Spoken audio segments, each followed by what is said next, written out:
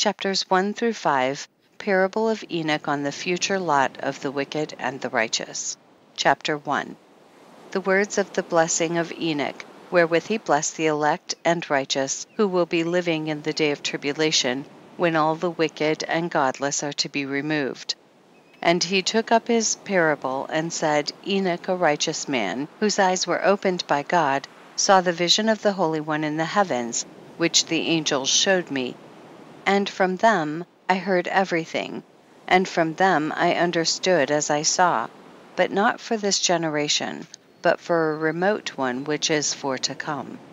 Concerning the elect I said, and took up my parable concerning them, the Holy Great One will come forth from his dwelling, and the eternal God will tread upon the earth, even on Mount Sinai, and appear from his camp, and appear in the strength of his might from the heaven of heavens. And all shall be smitten with fear, and the watchers shall quake, and great fear and trembling shall seize them unto the ends of the earth. And the high mountains shall be shaken, and the high hills shall be made low, and shall melt like wax before the flame. And the earth shall be wholly rent in sunder, and all that is upon the earth shall perish, and there shall be a judgment upon all men. But with the righteous he will make peace, and will protect the elect, and mercy shall be upon them. And they shall all belong to God, and they shall be prospered, and they shall all be blessed. And he will help them all, and light shall appear unto them, and he will make peace with them. And behold, he cometh with 10,000 of his holy ones, to execute judgment upon all, and to destroy all the ungodly, and to convict all flesh of all the works of their ungodliness which they have ungodly committed, and of all the hard things which ungodly sinners have spoken against him. Chapter 2. Observe ye everything that takes place in the heaven, how they do not change their orbits, and the luminaries which are in the heaven, how they all rise, and set in order each in its season, and transgress not against their appointed order. Behold ye the earth, and give heed to the things which take place upon it, from first to last, how steadfast they are, how none of the things upon the earth change, but all the works of God appear to you. Behold the summer and the winter, how the whole earth is filled with water, and clouds and dew and rain lie upon it. Chapter 3. Observe and see how in the winter all the trees seem as though they had withered and shed all their leaves, except 14 trees, which do not lose their foliage, but retain the old foliage from 2 to 3 years till the new comes. Chapter 4. And again observe ye the days of summer, how the sun is above the earth over against it, and you seek shade and shelter by reason of the heat of the sun, and the earth also burns with growing heat, and so you cannot tread on the earth or on a rock by reason of its heat. Chapter 5. Observe ye how the trees cover themselves with green leaves and bear fruit. Wherefore give ye heed, and know with regard to all his works, and recognize how he that liveth forever hath made them so. And all his works go on thus from year to year forever, and all the tasks which they accomplish for him, and their tasks change not, but according as God hath ordained, so is it done. And behold how the sea and the rivers in like manner accomplish and change not their tasks from his commandments. But ye have not been steadfast, nor done the commandments of the Lord, but ye have turned away and spoken proud and hard words with your impure mouths against his greatness. O ye hard-hearted, ye shall find no peace. Therefore shall ye execrate your days, and the years of your life shall perish, and the years of your destruction shall be multiplied in eternal execration, and ye shall find no mercy. In those days ye shall make your names an eternal execration unto all the righteous, and by you shall all who curse, curse, and all the sinners and godless shall imprecate by you. And for you the godless there shall be a curse, and all the shall rejoice. And there shall be forgiveness of sins, and every mercy and peace and forbearance. There shall be salvation unto them, a godly light. And for all of you sinners there shall be no salvation. but on you all shall abide a curse. But for the elect there shall be light and joy and peace, and they shall inherit the earth. And then there shall be bestowed upon the elect wisdom, and they shall all live and never again sin, either through ungodliness or through pride. But they who are wise shall be humble, and they shall not again transgress, nor shall they sin all the days of their life, nor shall they die of the divine anger or wrath. But they shall complete the number of the days of their life. And their lives shall be increased in peace, and the years of their joy shall be multiplied, in eternal gladness and peace all the days of their life. Chapter 6. Chapters 6 through 11, the fall of the angels, the demoralization of mankind, the intercession of the angels on behalf of mankind, the dooms pronounced by God on the angels, the Messianic kingdom, a Noah fragment. Chapter 6. And it came to pass when the children of men had multiplied, that in those days were born unto them beautiful and comely daughters. And the angels, the children of the heaven, saw and lusted after them, and said to one another, Come, let us choose us wives from among the children of men, and beget us children. And Samjaza, who was their leader, said unto them, I fear you will not indeed agree to do this deed, and I alone shall have to pay the penalty of a great sin. And they all answered him and said, Let us all swear an oath, and all bind ourselves by mutual imprecations, not to abandon this plan, but to do this thing. Then sware they all together, and bound themselves by mutual imprecations upon it. And they were in all 200, who descended in the days of Jared on the summit of Mount Hermon, and they called it Mount Hermon, because they had sworn and bound themselves by mutual imprecations upon it. And these are the names of their leaders: Semizaz, their leader, Arakiba, Ramiel, Kokabiel, Tamiel, Ramiel, Denal, Ezekiel, Barakal, Asael, Amaras, Batarel, Onanel, Zokiel, Samsapil, Satarel, Thurel, Homhal, Sariel. These are their chiefs of tens. Chapter 7. And all the others together with them took unto themselves wives, and each chose for himself one, and they began to go in unto them and to defile themselves with them. And they taught them charms and enchantments and the cutting of roots, and made them acquainted with plants. And they became pregnant, and they bare great giants, whose height was 3,000 ells, who consumed all the acquisitions of men. And when men could no longer sustain them, the giants turned against them and devoured mankind. And they began to sin against birds and beasts and reptiles and fish, and to devour one another's flesh, and drink the blood. Then the earth laid accusation against the lawless ones. Chapter 8.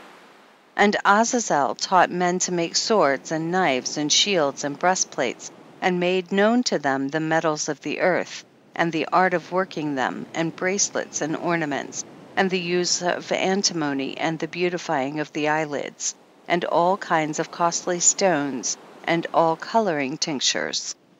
And there arose much godlessness, and they committed fornication, and they were led astray, and became corrupt in all their ways. Samjaza taught enchantments and root cuttings, Amaras the resolving of enchantments, Barakwihal taught astrology, Kokabel the constellations, Ezekiel the knowledge of the clouds, Araquel the signs of the earth, Shamsiel the signs of the sun, and Sariel the course of the moon. And as men perished they cried, and their cry went up to heaven. Chapter 9. And then Michael, Uriel, Raphael, and Gabriel looked down from heaven, and saw much blood being shed upon the earth, and all the lawlessness being wrought upon the earth. And they said one to another, The earth made without inhabitant cries the voice of their crying up to the gates of heaven. And now to you, the holy ones of heaven, the souls of men make their suit, saying, Bring our cause before the Most High. And they said to the Lord of the ages, Lord of lords, God of gods, King of kings, and God of the ages, the throne of thy glory standeth unto all the generations of the ages, and thy name holy and glorious and blessed unto all the ages. Thou hast made all things, and power over all things hast thou. And all things are naked and open in thy sight, and thou seest all things, and nothing can hide itself from thee. Thou seest what Azazel hath done, who hath taught all unrighteousness on earth, and revealed the eternal secrets which were preserved in heaven, which men were striving to learn. And Samjaza, to whom thou hast given authority to bear rule over his associates. And they have gone to the daughters of men upon the earth, and have slept with the women, and have defiled themselves, and revealed to them all kinds of sins.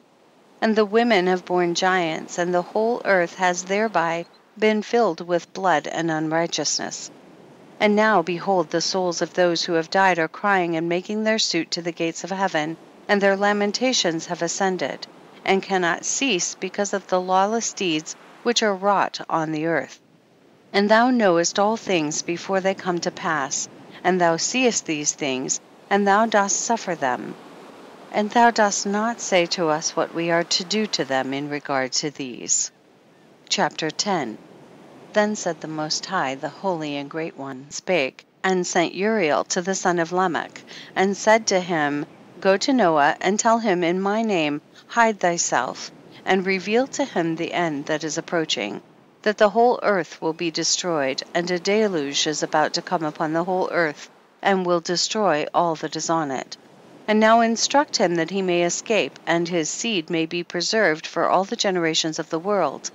And again the Lord said to Raphael, Bind Azazel hand and foot, and cast him into the darkness, and make an opening in the desert which is in Dudael, and cast him therein.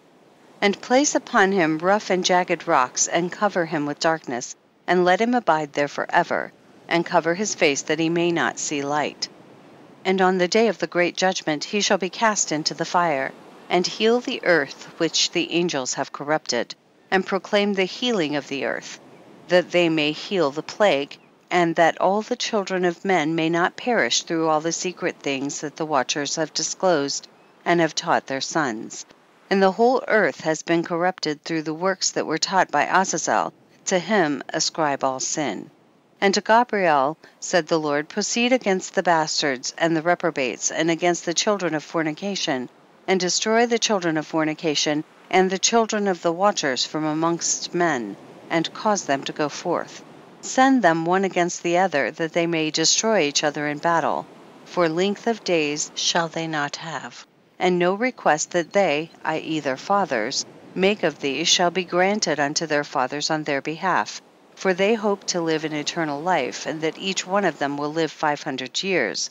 And the Lord said unto Michael, Go, bind Samjaza and his associates, who have united themselves with women so as to have defiled themselves with them in all their uncleanness.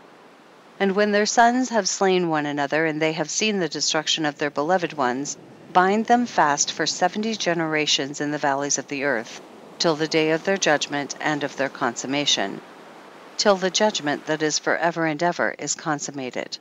In those days they shall be led off to the abyss of fire, and to the torment and the prison in which they shall be confined forever.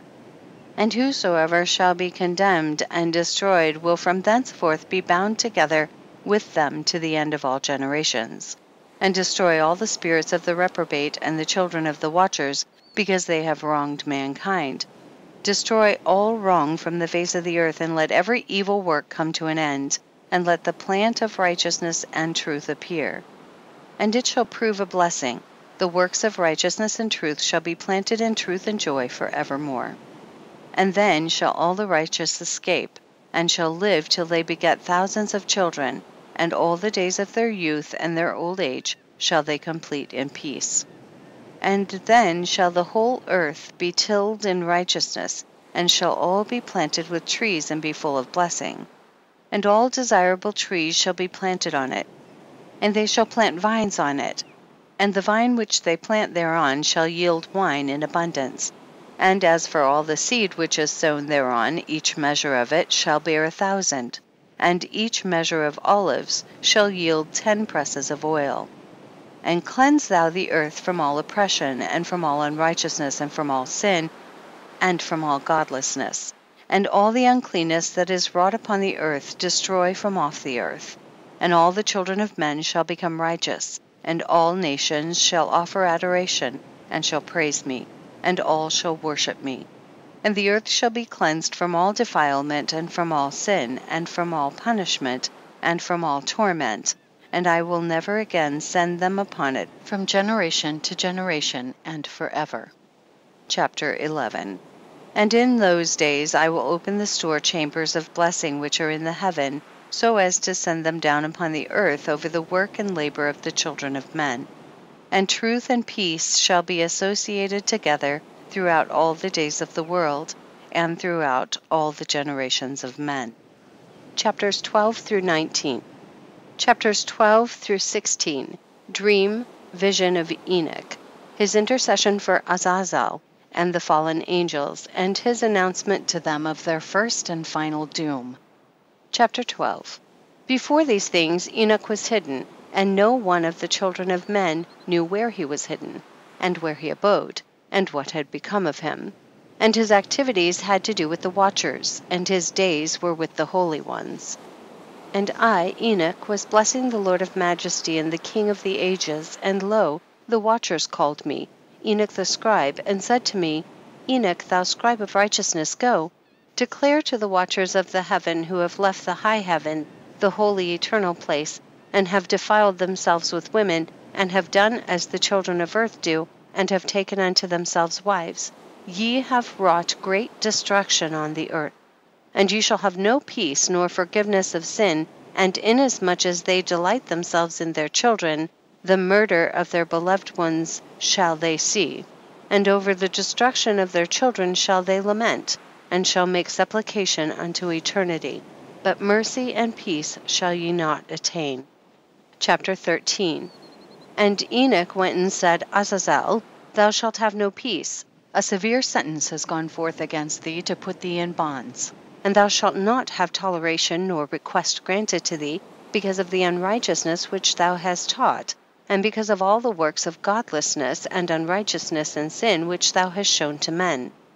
Then I went and spoke to them all together, and they were all afraid, and fear and trembling seized them.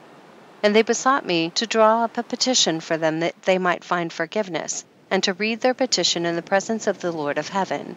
For from thenceforward they could not speak with him, nor lift up their eyes to heaven for shame of their sins for which they had been condemned. Then I wrote out their petition, and the prayer in regard to their spirits and their deeds individually, and in regard to their request that they should have forgiveness and length of days. And I went off and sat down at the waters of Dan, in the land of Dan, to the south of the west of Hermon. I read their petition till I fell asleep, and behold, a dream came to me, and visions fell down upon me. And I saw visions of chastisement, and a voice came bidding me, I tell it to the sons of heaven, and reprimand them. And when I awaked, I came unto them, and they were all sitting gathered together weeping in Abazjel, which is between Lebanon and Sennacer, with their faces covered. And I recounted before them all the visions which I had seen in sleep, and I began to speak the words of the righteousness, and to reprimand the heavenly watchers. Chapter 14.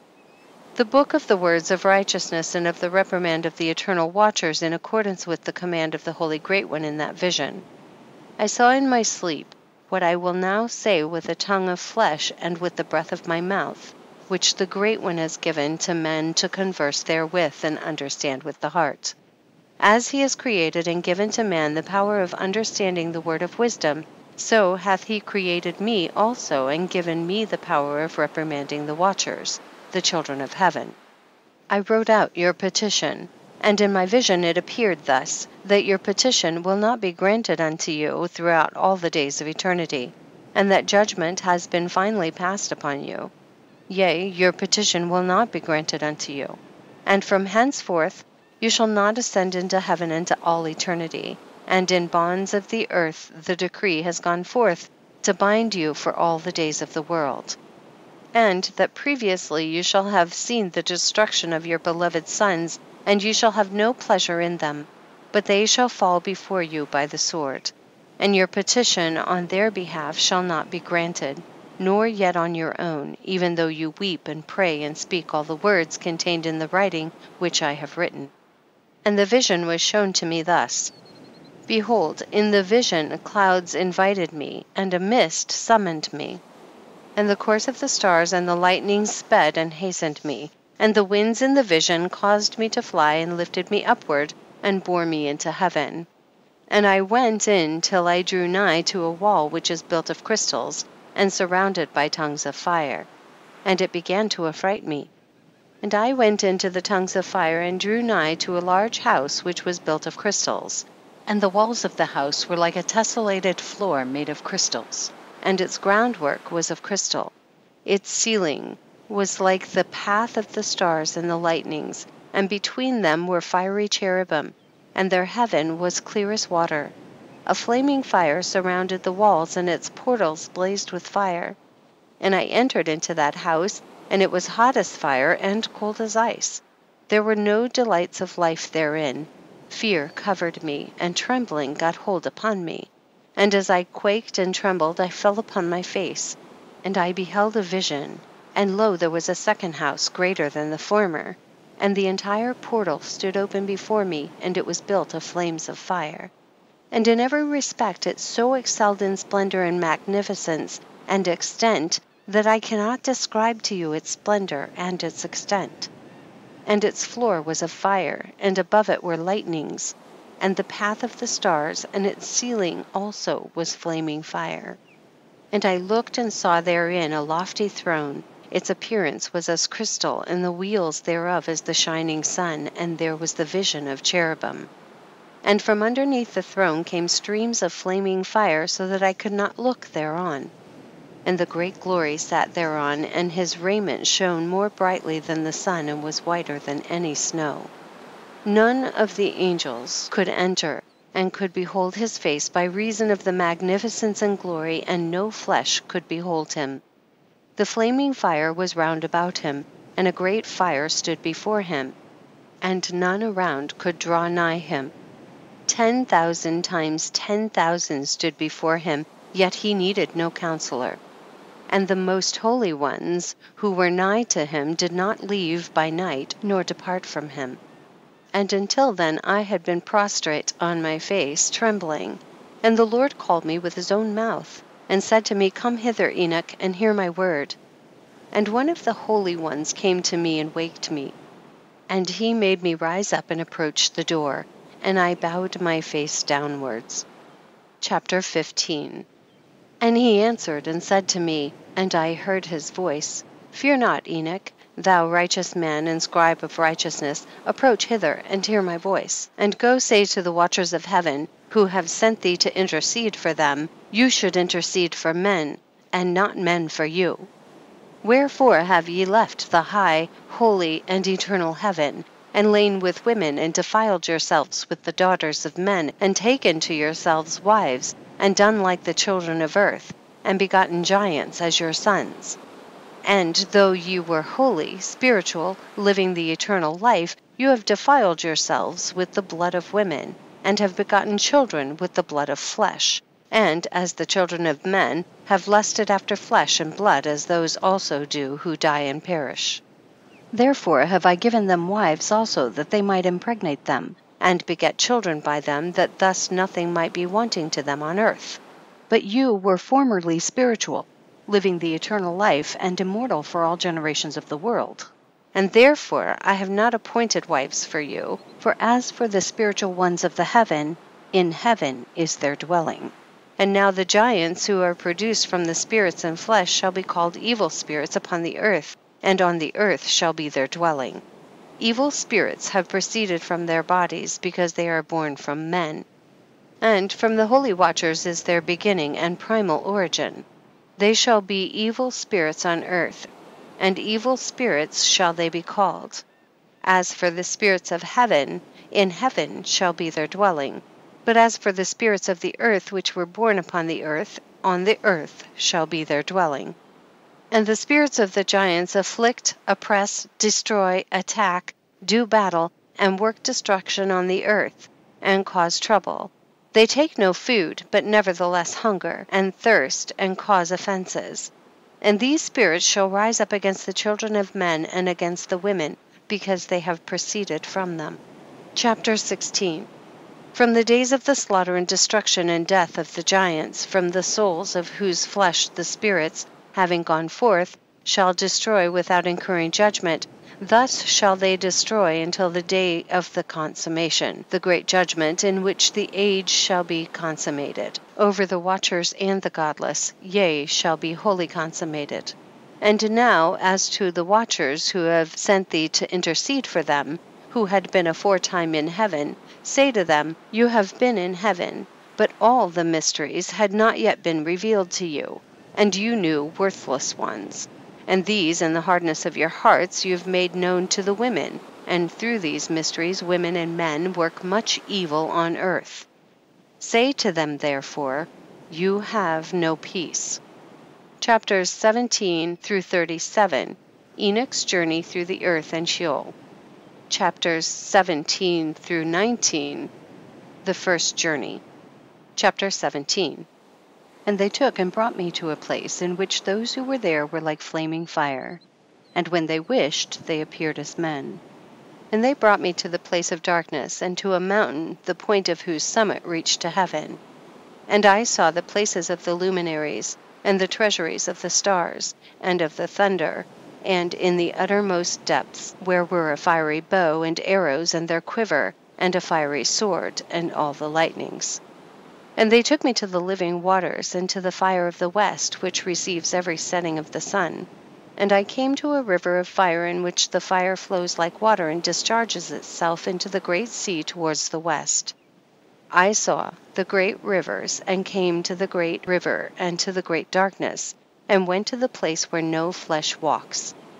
I saw the mountains of the darkness of winter, and the place whence all the waters of the deep flow.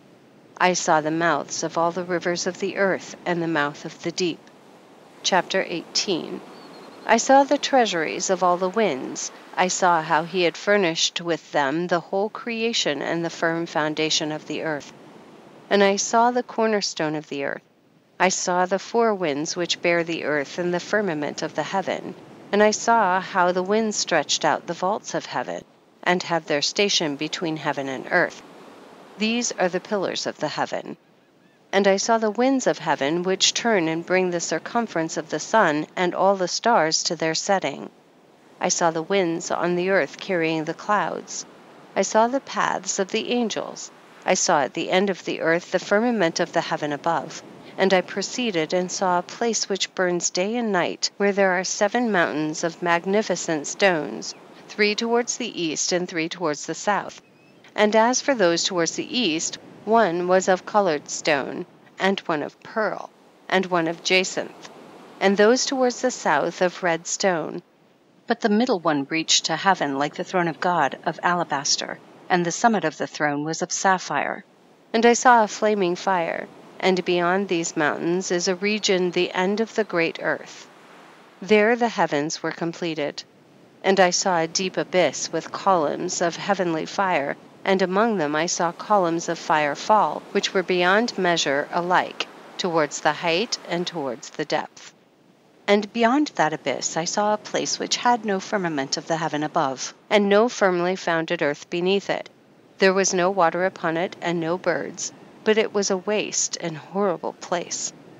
I saw there 7 stars like great burning mountains, and to me, when I inquired regarding them, the angel said, this place is the end of heaven and earth. This has become a prison for the stars and the host of heaven. And the stars which roll over the fire are they which have transgressed the commandment of the Lord in the beginning of their rising, because they did not come forth at their appointed times. And he was wroth with them, and bound them till the time when their guilt should be consummated, even for 10,000 years. Chapter 19. And Uriel said to me, here shall stand the angels who have connected themselves with women, and their spirits, assuming many different forms, are defiling mankind, and shall lead them astray into sacrificing to demons as gods. Here shall they stand till the day of the great judgment, in which they shall be judged till they are made an end of. And the women also of the angels who went astray shall become sirens, And I, Enoch, alone saw the vision, the ends of all things, and no man shall see as I have seen. Chapters 20 through 25. Chapter 20. Name and function of the 7 archangels. And these are the names of the holy angels who watch. Uriel, one of the holy angels who is over the world and over Tartarus. Raphael, one of the holy angels who is over the spirits of men. Raguel, one of the holy angels who takes vengeance on the world of the Luminaries. Michael, one of the holy angels, to wit, he is set over the best part of mankind and over chaos. Sarakel, one of the holy angels who is set over the spirits who sin in the spirit. Gabriel, one of the holy angels who is over paradise and the serpents and the cherubim. Remiel, one of the holy angels whom God set over those who rise. Chapter 21. Preliminary and final place of punishment of the fallen angels, stars. And I proceeded to where things were chaotic, and I saw there something horrible. I saw neither a heaven above nor firmly founded earth, but a place chaotic and horrible. And there I saw 7 stars of the heaven bound together in it, like great mountains and burning with fire. Then I said, for what sin are they bound, and on what account have they been cast in hither? Then said Uriel, one of the holy angels who was with me, and was chief over them, and said, Enoch, why dost thou ask, and why art thou eager for the truth? These are the number of the stars of heaven, which have transgressed the commandment of the Lord, and are bound here till 10,000 years, the time entailed by their sins are consummated. And from thence I went to another place, which was still more horrible than the former, and I saw a horrible thing, a great fire there which burned and blazed, and the place was cleft as far as the abyss, being full of great descending columns of fire. Neither its extent or magnitude could I see, nor could I conjecture. Then I said, how fearful is this place, and how terrible to look upon. Then Uriel answered me, one of the holy angels who was with me, and said unto me, Enoch, why hast thou such fear and affright? And I answered, because of this fearful place, and because of the spectacle of the pain. And he said unto me, this place is the prison of the angels, and here they will be imprisoned forever. Chapter 22. Sheol, or the underworld. And thence I went to another place, and he showed me in the west another great high mountain and of hard rock. And there was in it 4 hollow places, deep and wide and very smooth. How smooth are the hollow places, and deep and dark to look at. Then Raphael answered, one of the holy angels who was with me, and said unto me, these hollow places have been created for this very purpose, that the spirits of the souls of the dead should assemble therein, yea, that all the souls of the children of men should assemble here.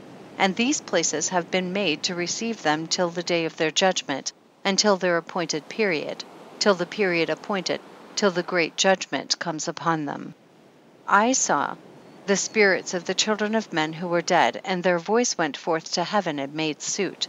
Then I asked Raphael, the angel who was with me, and I said unto him, this spirit, whose is it whose voice goeth forth and maketh suit?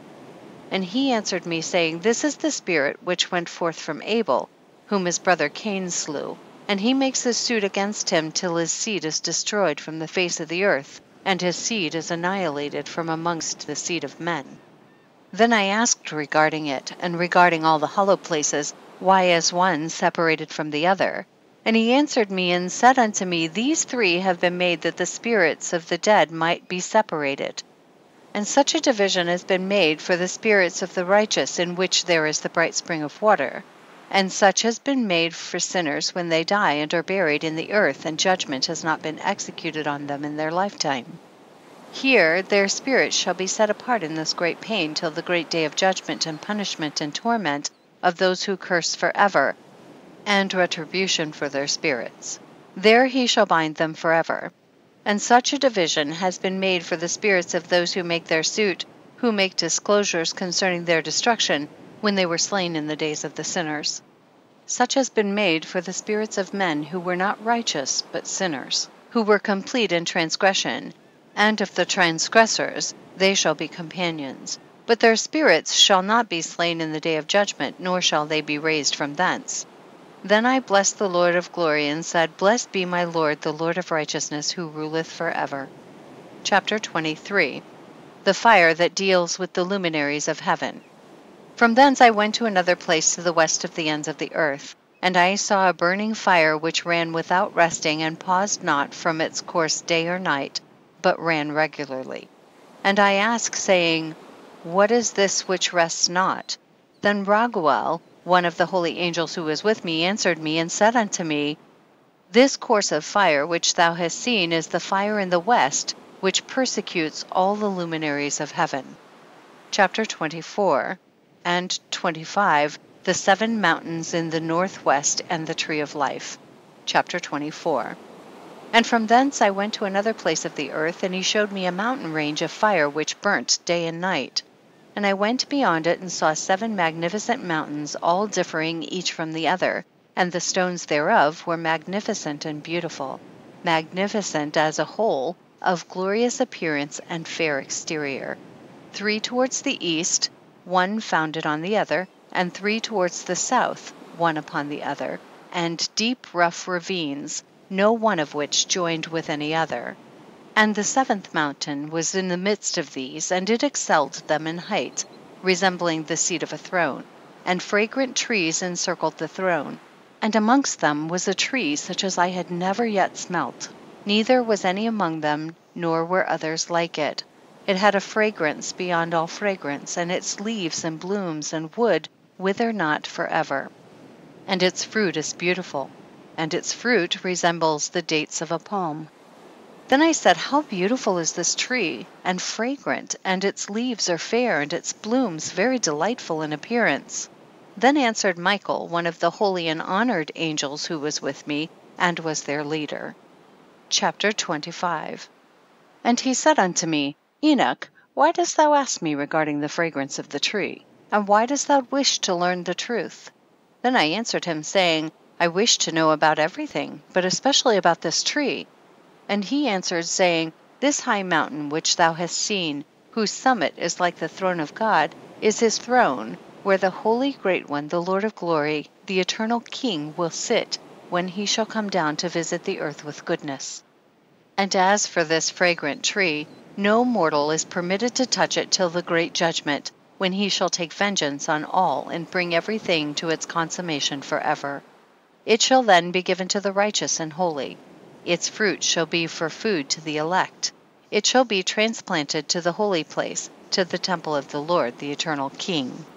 Then shall they rejoice with joy and be glad, and into the holy place shall they enter, and its fragrance shall be in their bones, and they shall live a long life on earth, such as thy fathers lived, and in their days shall no sorrow or plague or torment or calamity touch them. Then I blessed the God of glory, the eternal King, who hath prepared such things for the righteous, and hath created them and promised to give to them. Chapters 26 through 36. Jerusalem and the mountains, ravines, and streams. Chapter 26. And I went from thence to the middle of the earth, and I saw a blessed place, in which there were trees, with branches abiding and blooming, of a dismembered tree. And there I saw a holy mountain, and underneath the mountain to the east there was a stream, and it flowed towards the south. And I saw towards the east another mountain higher than this, and between them a deep and narrow ravine. In it also ran a stream underneath the mountain, and to the west thereof there was another mountain, lower than the former, and of small elevation, and a ravine deep and dry between them. And another deep and dry ravine was at the extremities of the 3 mountains. And all the ravines were deep and narrow, being formed of hard rock, and trees were not planted upon them. And I marveled at the rocks, and I marveled at the ravine. Yea, I marveled very much. Chapter 27. The purpose of the Accursed Valley. Then said I, For what object is this blessed land, which is entirely filled with trees, and this accursed valley between? Then Uriel, one of the holy angels who was with me, answered and said, This accursed valley is for those who are accursed forever. Here shall all the accursed be gathered together, who utter with their lips against the Lord unseemly words, and of his glory speak hard things. Here shall they be gathered together, and here shall be their place of judgment. In the last days there shall be upon them the spectacle of righteous judgment in the presence of the righteous forever. Here shall the merciful bless the Lord of glory, the eternal King. In the days of judgment over the former they shall bless him for the mercy in accordance with which he has assigned them their lot. Then I blessed the Lord of glory, and set forth his glory, and lauded him gloriously. Chapter 28 through 33. Further journey to the east. Chapter 28. And thence I went toward the east into the midst of the mountain range of the desert, and I saw a wilderness, and it was solitary, full of trees and plants. And water gushed forth from above, rushing like a copious watercourse which flowed towards the northwest. It caused clouds and dew to ascend on every side.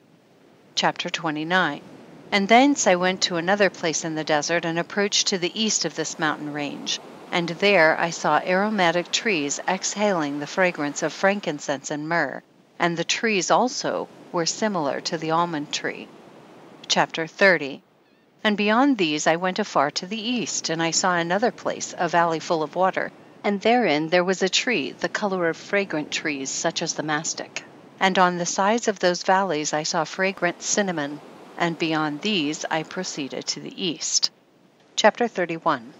And I saw other mountains, and amongst them were groves of trees, and there flowed forth from them nectar, which is named Sarara and Galbanum. And beyond these mountains I saw another mountain to the east of the ends of the earth, whereon were aloe trees, and all the trees were full of stacte, being like almond trees. And when one burnt it, it smelt sweeter than any fragrant odor. Chapter 32. And after these fragrant odors, as I looked toward the north over the mountains, I saw 7 mountains full of choice nard and fragrant trees and cinnamon and pepper.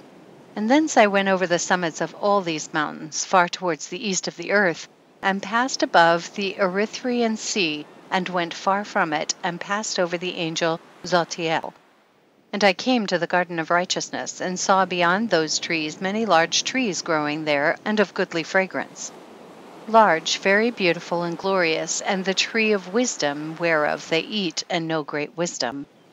That tree is in height like the fir, and its leaves are like those of the carob tree, and its fruit is like the clusters of the vine, very beautiful, and the fragrance of the tree penetrates afar. Then I said, How beautiful is the tree, and how attractive is its look! Then Raphael, the holy angel who was with me, answered me and said, This is the tree of wisdom, of which thy father old in years, and thy aged mother, who were before thee, have eaten. And they learned wisdom, and their eyes were opened, and they knew that they were naked, and they were driven out of the garden. Chapter 33. And from thence I went to the ends of the earth, and saw there great beasts, and each differed from the other. And I saw birds also differing in appearance and beauty and voice, the one differing from the other. And to the east of those beasts I saw the ends of the earth whereon the heaven rests, and the portals of the heavens open. And I saw how the stars of heaven come forth, and I counted the portals out of which they proceed, and wrote down all their outlets, of each individual star by itself, according to their number and their names, their courses and their positions, and their times and their months, as Uriel the holy angel who was with me showed me. He showed all things to me, and wrote them down for me. Also their names he wrote for me, and their laws and their companies. Chapter 34 to 35. Enoch's journey to the north. Chapter 34. And from thence I went towards the north to the ends of the earth, and there I saw a great and glorious device at the ends of the whole earth. And here I saw 3 portals of heaven open in the heaven. Through each of them proceed north winds. When they blow there is cold, hail, frost, snow, dew, and rain. And out of the one portal they blow for good, but when they blow through the other 2 portals, it is with violence and affliction on the earth, and they blow with violence. Chapter 35.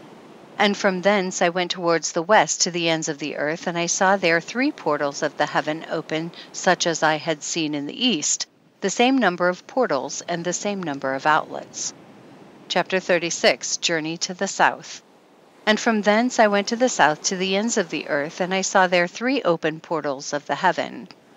And thence there came dew, rain, and wind. And from thence I went to the east to the ends of the heaven, and saw here the 3 eastern portals of heaven open, and small portals above them. Through each of these small portals pass the stars of heaven, and run their course to the west on the path which is shown to them. And as often as I saw, I blessed always the Lord of glory, and I continued to bless the Lord of glory, who has wrought great and glorious wonders, to show the greatness of his work to the angels, and to spirits, and to men, that they might praise his work and all his creation, that they might see the work of his might, and praise the great work of his hands, and bless him forever. Chapters 37 to 44. The Parables, 37 to 71. Chapter 37. The second vision which he saw, the vision of wisdom, which Enoch the son of Jared, the son of Mahalalel, the son of Canaan, the son of Enos, the son of Seth, the son of Adam, saw. And this is the beginning of the words of wisdom which I lifted up my voice to speak, and say to those which dwell on earth. Hear ye, men of old time, and see, ye that come after, the words of the Holy One which I will speak before the Lord of spirits. It were better to declare them only to the men of old time, but even from those that come after we will not withhold the beginning of wisdom. Till the present day such wisdom has never been given by the Lord of spirits as I have received according to my insight, according to the good pleasure of the Lord of spirits, by whom the lot of eternal life has been given to me. Now 3 parables were imparted to me, and I lifted up my voice and recounted them to those that dwell on the earth. 37 to 44. The first parable. 38. The coming judgment of the wicked. The first parable. When the congregation of the righteous shall appear, and sinners shall be judged for their sins, and shall be driven from the face of the earth. And when the righteous one shall appear before the eyes of the righteous, whose elect works hang upon the Lord of spirits. And light shall appear to the righteous and the elect who dwell on the earth. Where then will be the dwelling of the sinners, and where the resting place of those who have denied the Lord of spirits? It had been good for them if they had not been born. When the secrets of the righteous shall be revealed, and the sinners judged, and the godless driven from the presence of the righteous and elect, from that time those that possess the earth shall no longer be powerful and exalted, and they shall not be able to behold the face of the holy, for the Lord of spirits has caused his light to appear on the face of the holy, righteous, and elect. Then shall the kings and the mighty perish, and be given into the hands of the righteous and holy, and thenceforward none shall seek for themselves mercy from the Lord of spirits, for their life is at an end. 39. The abode of the righteous and of the elect one. The praises of the blessed. And it shall come to pass in those days that elect and holy children will descend from the high heaven, and their seed will become one with the children of men. And in those days Enoch received books of zeal and wrath, and books of disquiet and expulsion. And mercy shall not be accorded to them, saith the Lord of spirits. And in those days a whirlwind carried me off from the earth, and set me down at the end of the heavens. And there I saw another vision, the dwelling places of the holy, and the resting places of the righteous. Here mine eyes saw their dwellings with his righteous angels, and their resting places with the holy. And they petitioned and interceded and prayed for the children of men, and righteousness flowed before them as water, and mercy like dew upon the earth. Thus it is among them forever and ever. And in that place mine eyes saw the elect one of righteousness and of faith, and I saw his dwelling place under the wings of the Lord of spirits. And righteousness shall prevail in his days, and the righteous and elect shall be without number before him forever and ever. And all the righteous and elect before him shall be strong as fiery lights, and their mouth shall be full of blessing. And their lips extol the name of the Lord of spirits, and righteousness before him shall never fail, and uprightness shall never fail before him. There I wished to dwell, and my spirit longed for that dwelling place. And there heretofore hath been my portion. For so has it been established concerning me before the Lord of spirits. In those days I praised and extolled the name of the Lord of spirits with blessings and praises, because he hath destined me for blessing and glory according to the good pleasure of the Lord of spirits. For a long time my eyes regarded that place, And I blessed him and praised him, saying, Blessed is he, and may he be blessed from the beginning and forevermore. And before him there is no ceasing. He knows before the world was created what is forever and what will be from generation unto generation. Those who sleep not bless thee. They stand before thy glory and bless, praise, and extol, saying, Holy, holy, holy is the Lord of spirits. He filleth the earth with spirits. And here my eyes saw all those who sleep not. They stand before him and bless, and say, Blessed be thou, and blessed be the name of the Lord forever and ever. And my face was changed, for I could no longer behold. Chapter 40 to 41:2. The four archangels. Chapter 40. And after that I saw thousands of thousands and 10,000 times 10,000. I saw a multitude beyond number and reckoning, who stood before the Lord of spirits. And on the four sides of the Lord of spirits I saw four presences, different from those that sleep not, and I learnt their names. For the angel that went with me made known to me their names, and showed me all the hidden things. And I heard the voices of those four presences as they uttered praises before the Lord of glory. The first voice blesses the Lord of spirits forever and ever. And the second voice I heard blessing the elect one, and the elect ones who hang upon the Lord of spirits. And the third voice I heard pray and intercede for those who dwell on the earth, and supplicate in the name of the Lord of spirits. And I heard the fourth voice fending off the Satans, and forbidding them to come before the Lord of spirits to accuse them who dwell on the earth. After that I asked the angel of peace who went with me, who showed me everything that is hidden. Who are these four presences which I have seen, and whose words I have heard and written down?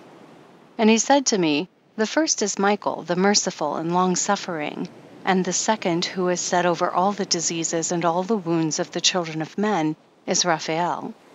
And the third, who is set over all the powers, is Gabriel. And the fourth, who is set over the repentance unto hope of those who inherit eternal life, is named Phanuel. And these are the four angels of the Lord of spirits, and the four voices I heard in those days. Chapter 41. And after that I saw all the secrets of the heavens, and how the kingdom is divided, and how the actions of men are weighed in the balance. And there I saw the mansions of the elect, and the mansions of the holy. And mine eyes saw there all the sinners being driven from thence which deny the name of the Lord of spirits, and being dragged off, and they could not abide because of the punishment which proceeds from the Lord of spirits. 41, verses 3-9. Astronomical Secrets. And there mine eyes saw the secrets of the lightning and of the thunder, and the secrets of the winds, how they are divided to blow over the earth, and the secrets of the clouds and dew. And there I saw from whence they proceed in that place, and from whence they saturate the dusty earth. And there I saw closed chambers out of which the winds are divided, the chamber of the hail and winds, the chamber of the mist and of the clouds, and the cloud thereof hovers over the earth from the beginning of the world. And I saw the chambers of the sun and moon, whence they proceed and whither they come again, and their glorious return, and how one is superior to the other, and their stately orbit, and how they do not leave their orbit, and they add nothing to their orbit, and they take nothing from it, and they keep faith with each other, in accordance with the oath by which they are bound together. And first the sun goes forth, and traverses his path according to the commandment of the Lord of spirits, and mighty is his name forever and ever. And after that I saw the hidden and the visible path of the moon, and she accomplishes the course of her path in that place by day and by night, the one holding a position opposite to the other before the Lord of spirits. And they give thanks and praise and rest not, for unto them is their thanksgiving rest. For the sun changes oft for a blessing or a curse, and the course of the path of the moon is light to the righteous, and darkness to the sinners in the name of the Lord, who made a separation between the light and the darkness, and divided the spirits of men, and strengthened the spirits of the righteous in the name of his righteousness. For no angel hinders, and no power is able to hinder, for he appoints a judge for them all, and he judges them all before him. 42. The dwelling places of wisdom and of unrighteousness. Wisdom found no place where she might dwell. Then a dwelling place was assigned her in the heavens. Wisdom went forth to make her dwelling among the children of men, and found no dwelling place. Wisdom returned to her place, and took her seat among the angels. And unrighteousness went forth from her chambers, whom she sought not she found, and dwelt with them, as rain in a desert, and dew on a thirsty land. 43-44. Astronomical Secrets. And I saw other lightnings and the stars of heaven, and I saw how he called them all by their names, and they hearkened unto him. And I saw how they are weighed in a righteous balance according to their proportions of light. I saw the width of their spaces, and the day of their appearing, and how their revolution produces lightning.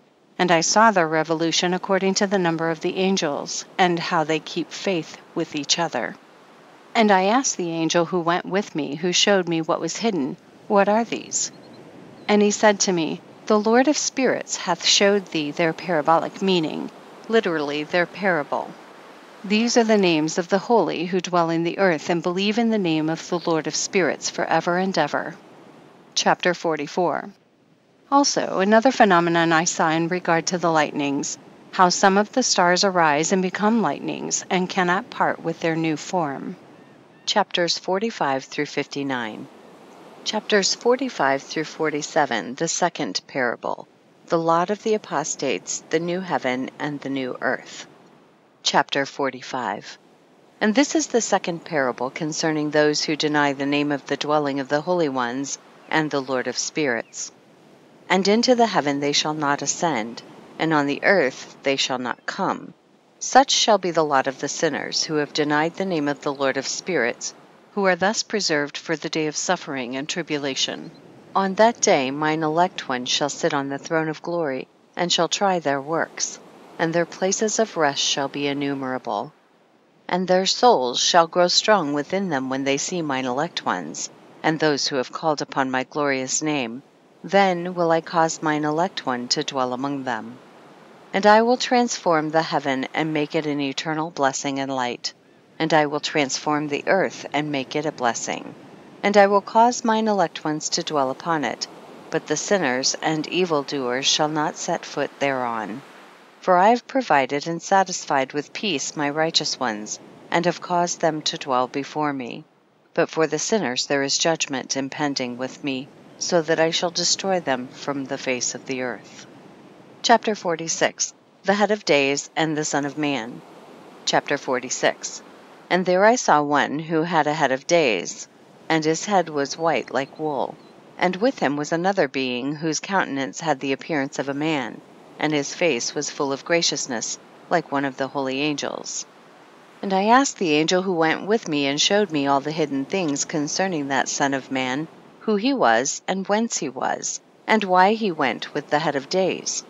And he answered and said unto me, This is the Son of Man who hath righteousness, with whom dwelleth righteousness, and who revealeth all the treasures of that which is hidden, because the Lord of spirits hath chosen him, and whose lot hath the preeminence before the Lord of spirits in uprightness forever.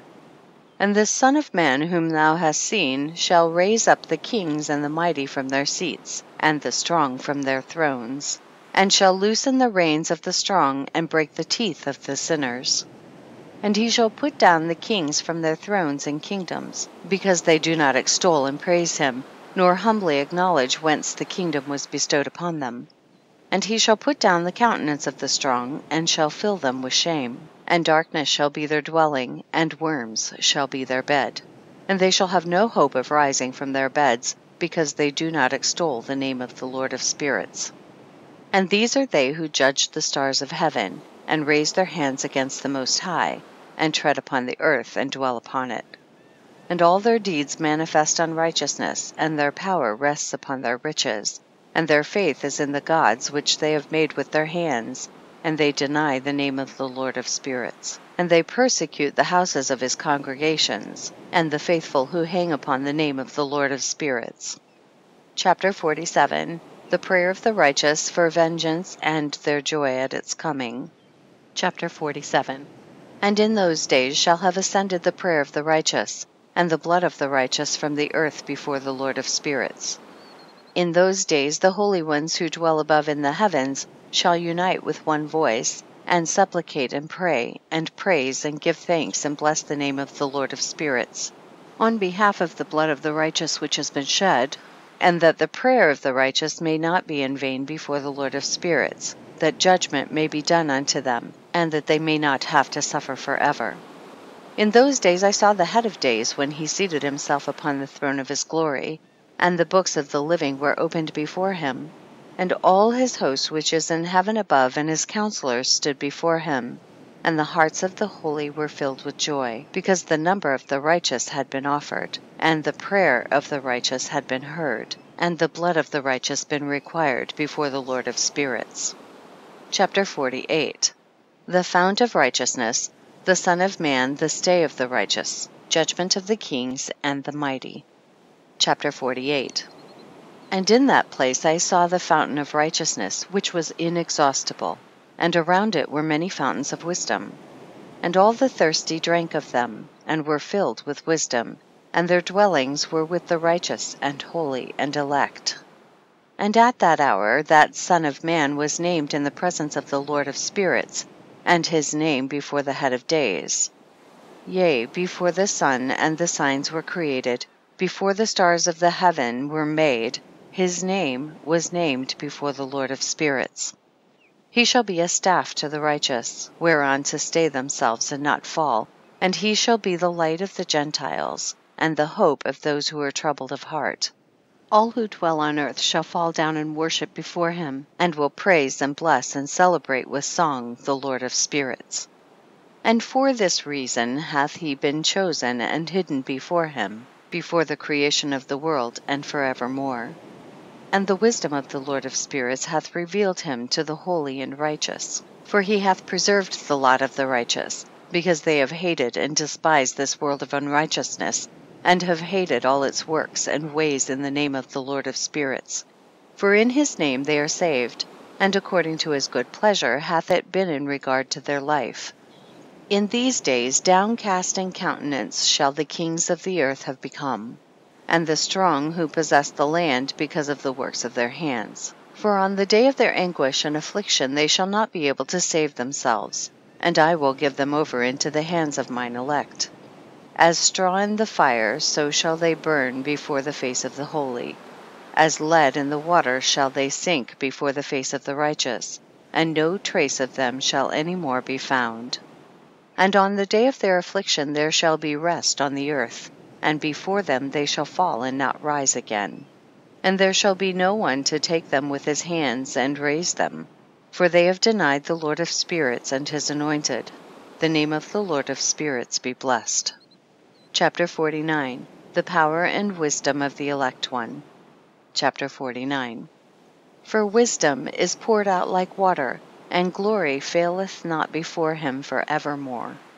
For he is mighty in all the secrets of righteousness, and unrighteousness shall disappear as a shadow, and have no continuance, because the elect one standeth before the Lord of spirits, and his glory is for ever and ever, and his might unto all generations.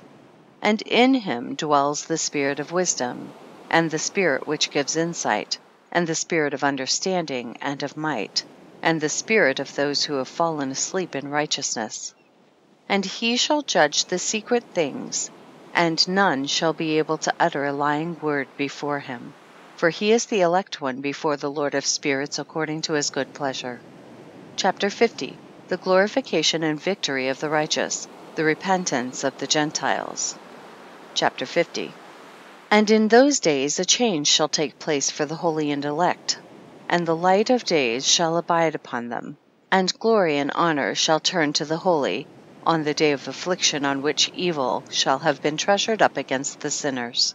And the righteous shall be victorious in the name of the Lord of spirits, and he will cause the others to witness this, that they may repent and forego the works of their hands. They shall have no honor through the name of the Lord of spirits, yet through his name shall they be saved, and the Lord of spirits will have compassion on them, for his compassion is great. And he is righteous also in his judgment, and in the presence of his glory unrighteousness also shall not maintain itself. At his judgment the unrepentant shall perish before him. And from henceforth I will have no mercy on them, saith the Lord of spirits. Chapter 51. The resurrection of the dead, and the separation by the judge of the righteous and the wicked. Chapter 51. And in those days shall the earth also give back that which has been entrusted to it, and Sheol also shall give back that which it has received, and hell shall give back that which it owes. For in those days the elect one shall arise, and he shall choose the righteous and holy from among them. For the day has drawn nigh that they should be saved.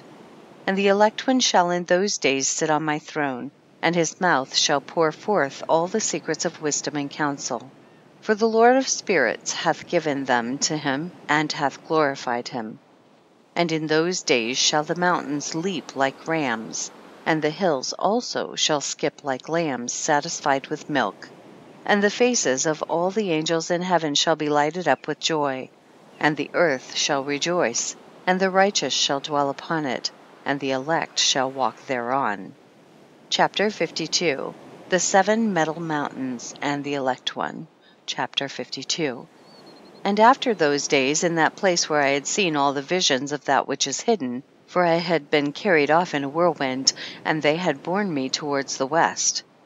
There mine eyes saw all the secret things of heaven that shall be, a mountain of iron, and a mountain of copper, and a mountain of silver, and a mountain of gold, and a mountain of soft metal, and a mountain of lead. And I asked the angel who went with me, saying, What things are these which I have seen in secret? And he said unto me, All these things which thou hast seen shall serve the dominion of his anointed, that he may be potent and mighty on the earth. And that angel of peace answered, saying unto me, Wait a little, and there shall be revealed unto thee all the secret things which surround the Lord of spirits. And these mountains which thine eyes have seen, the mountain of iron, and the mountain of copper, and the mountain of silver, and the mountain of gold, and the mountain of soft metal, and the mountain of lead, all these shall be in the presence of the elect one as wax before the fire, and like the water which streams down from above upon those mountains, and they shall become powerless before his feet. And it shall come to pass in those days that none shall be saved, either by gold or by silver, and none be able to escape. And there shall be no iron for war, nor shall one clothe oneself with a breastplate. Bronze shall be of no service, and tin shall be of no service, and shall not be esteemed. And lead shall not be desired. And all these things shall be denied and destroyed from the surface of the earth, when the elect one shall appear before the face of the Lord of spirits. Chapter 53 and 54. The valley of judgment, the angels of punishment, the communities of the elect one. Chapter 53. There mine eyes saw a deep valley with open mouths, and all who dwell on the earth and sea and islands shall bring to him gifts and presents and tokens of homage, but that deep valley shall not become full. And their hands commit lawless deeds, and the sinners devour all whom they lawlessly oppress. Yet the sinners shall be destroyed before the face of the Lord of spirits, and they shall be banished from off the face of his earth, and they shall perish for ever and ever. For I saw all the angels of punishment abiding there, and preparing all the instruments of Satan. And I asked the angel of peace who went with me, For whom are they preparing these instruments? And he said unto me, They prepare these for the kings and the mighty of this earth, that they may thereby be destroyed. And after this the righteous and elect one shall cause the house of his congregation to appear. Henceforth they shall be no more hindered in the name of the Lord of spirits. And these mountains shall not stand as the earth before his righteousness. But the hills shall be as a fountain of water, and the righteous shall have rest from the oppression of sinners. Chapter 54. And I looked and turned to another part of the earth, and saw there a deep valley with burning fire. And they brought the kings and the mighty, and began to cast them into this deep valley. And there mine eyes saw how they made these their instruments, iron chains of immeasurable weight. And I asked the angel of peace who went with me, saying, For whom are these chains being prepared? And he said unto me, These are being prepared for the hosts of Azazel, so that they may take them and cast them into the abyss of complete condemnation, and they shall cover their jaws with rough stones, as the Lord of spirits commanded. And Michael and Gabriel and Raphael and Phanuel shall take hold of them on that great day, and cast them on that day into the burning furnace, that the Lord of spirits may take vengeance on them for their unrighteousness in becoming subject to Satan and leading astray those who dwell on earth. Chapter 54, verse 7 through 55, verse 2. Noachic fragment on the first world judgment. And in those days shall punishment come from the Lord of spirits, and he will open all the chambers of waters which are above the heavens, and of the fountains which are beneath the earth. And all the waters shall be joined with the waters. That which is above the heavens is the masculine, and the water which is beneath the earth is the feminine. And they shall destroy all who dwell on the earth, and those who dwell under the ends of the heaven. And when they have recognized their unrighteousness which they have wrought on the earth, then by these shall they perish. Chapter 55. And after that the head of days repented, and said, In vain have I destroyed all who dwell on the earth. And he sware by his great name, Henceforth I will not do so to all who dwell on the earth. And I will set a sign in the heaven, and this shall be a pledge of good faith between me and them forever, so long as heaven is above the earth, and this is in accordance with my command. Chapter 55, verse 3 through 56, verse 4. Final judgment of Azazel, the watchers and their children. When I have desired to take hold of them by the hand of the angels on the day of tribulation and pain because of this, I will cause my chastisement and my wrath to abide upon them, saith God, the Lord of spirits. Ye mighty kings who dwell on the earth, you shall have to behold mine elect one, how he sits on the throne of glory and judges Azazel and all his associates, and all his hosts in the name of the Lord of spirits. Chapter 56. And I saw there the hosts of the angels going, and they held scourges and chains of iron and bronze. And I asked the angel of peace who went with me, saying, To whom are these who hold the scourges going? And he said unto me, To their elect and beloved ones, that they may be cast into the chasm of the abyss of the valley. And then that valley shall be filled with their elect and beloved, and the days of their life shall be at an end, and the days of their leading astray shall not thenceforward be reckoned. Chapter 56, verses 5 through 8. Last struggle of heathen powers against Israel. And in those days the angels shall return and hurl themselves to the east upon the Parthians and Medes. They shall stir up the kings, so that a spirit of unrest shall come upon them, and they shall rouse them from their thrones, that they may break forth as lions from their lairs, and as hungry wolves among their flocks. And they shall go up and tread under foot the land of his elect ones. And the land of his elect ones shall be before them a threshing floor and a highway. But the city of my righteous shall be a hindrance to their horses, and they shall begin to fight among themselves. And their right hand shall be strong against themselves, and a man shall not know his brother, nor a son his father or his mother, till there be no number of the corpses through their slaughter, and their punishment be not in vain. In those days Sheol shall open its jaws, and they shall be swallowed up therein, and their destruction shall be at an end. Sheol shall devour the sinners in the presence of the elect. Chapter 57. The return from the dispersion. Chapter 57. And it came to pass after this that I saw another host of wagons and men riding thereon, and coming on the winds from the east and from the west to the south. And the noise of their wagons was heard, and when this turmoil took place the holy ones from heaven remarked it, and the pillars of the earth were moved from their place, and the sound thereof was heard from the one end of heaven to the other, in one day. And they shall all fall down and worship the Lord of spirits, and this is the end of the second parable. Chapter 58 through 71, the third parable. Chapter 58, the blessedness of the saints. Chapter 58. And I began to speak the third parable concerning the righteous and elect. Blessed are ye, ye righteous and elect, for glorious shall be your lot. And the righteous shall be in the light of the sun, and the elect in the light of eternal life. And the days of their life shall be unending, and the days of the holy without number. And they shall seek the light and find righteousness with the Lord of spirits. There shall be peace to the righteous in the name of the eternal Lord. And after this it shall be said to the holy in heaven, that they should seek out the secrets of righteousness, the heritage of faith. For it has become bright as the sun upon earth, and the darkness is past.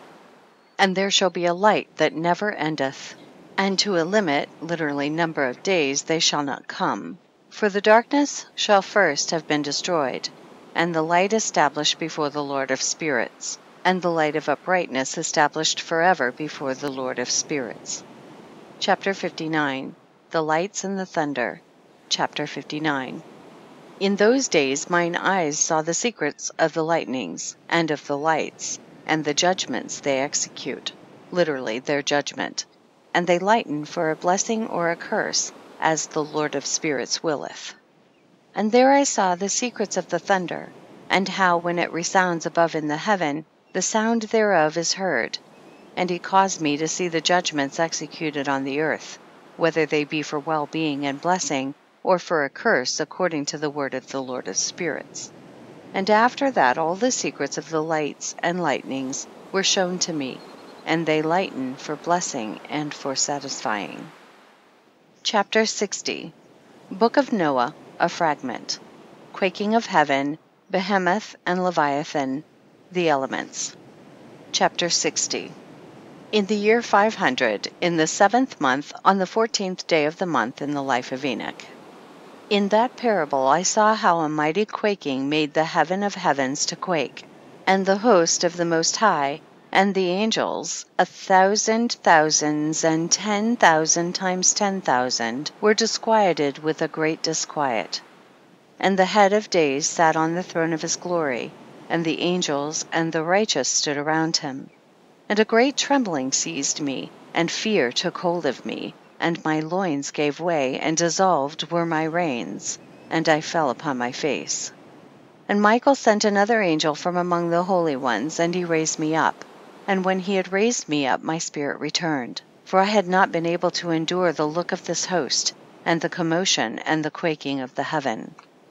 And Michael said unto me, Why art thou disquieted with such a vision? Until this day lasted the day of his mercy, and he hath been merciful and long-suffering towards those who dwell on the earth.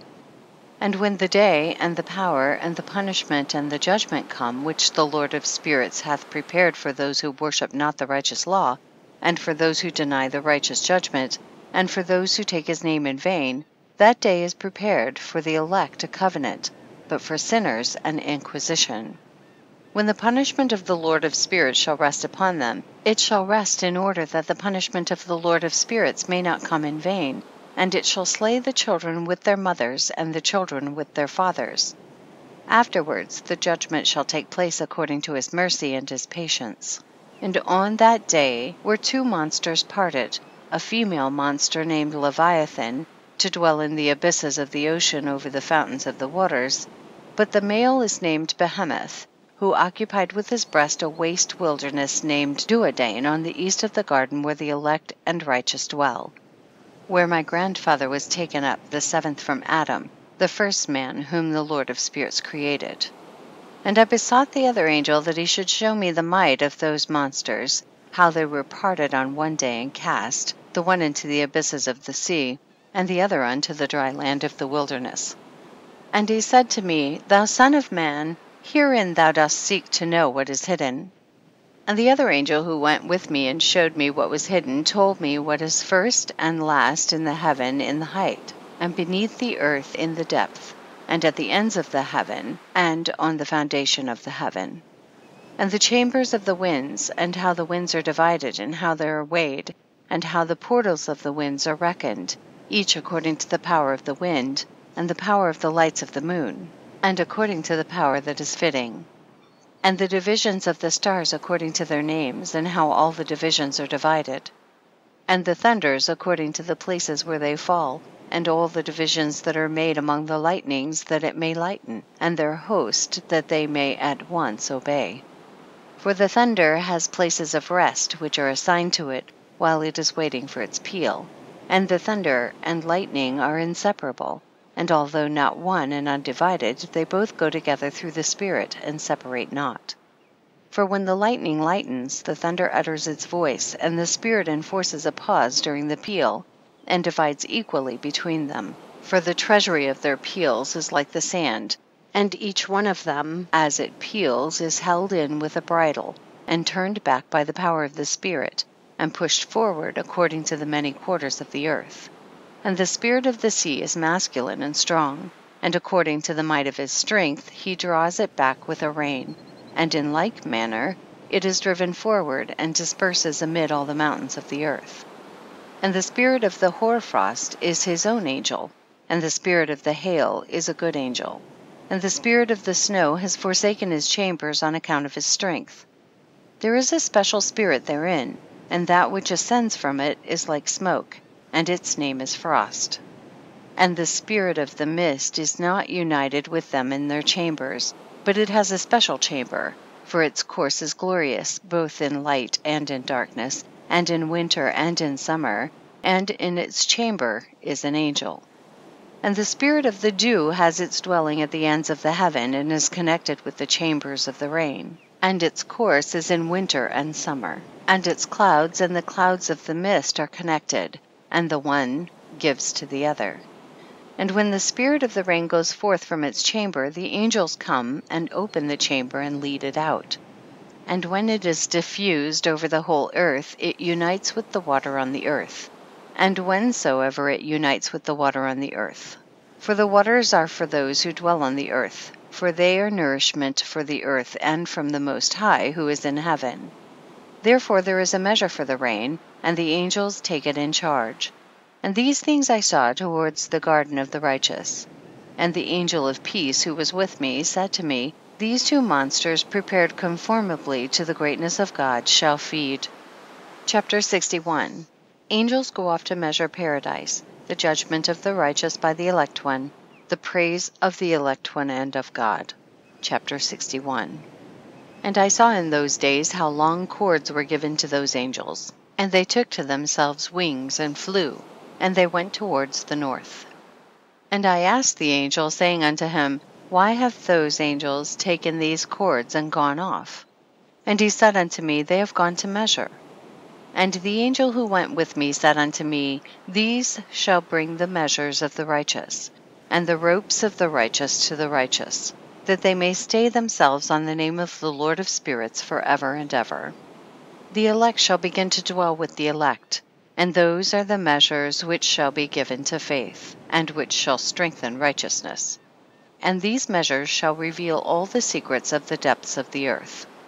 And those who have been destroyed by the desert, and those who have been devoured by the beasts, and those who have been devoured by the fish of the sea, that they may return and stay themselves on the day of the elect one. For none shall be destroyed before the Lord of spirits, and none can be destroyed.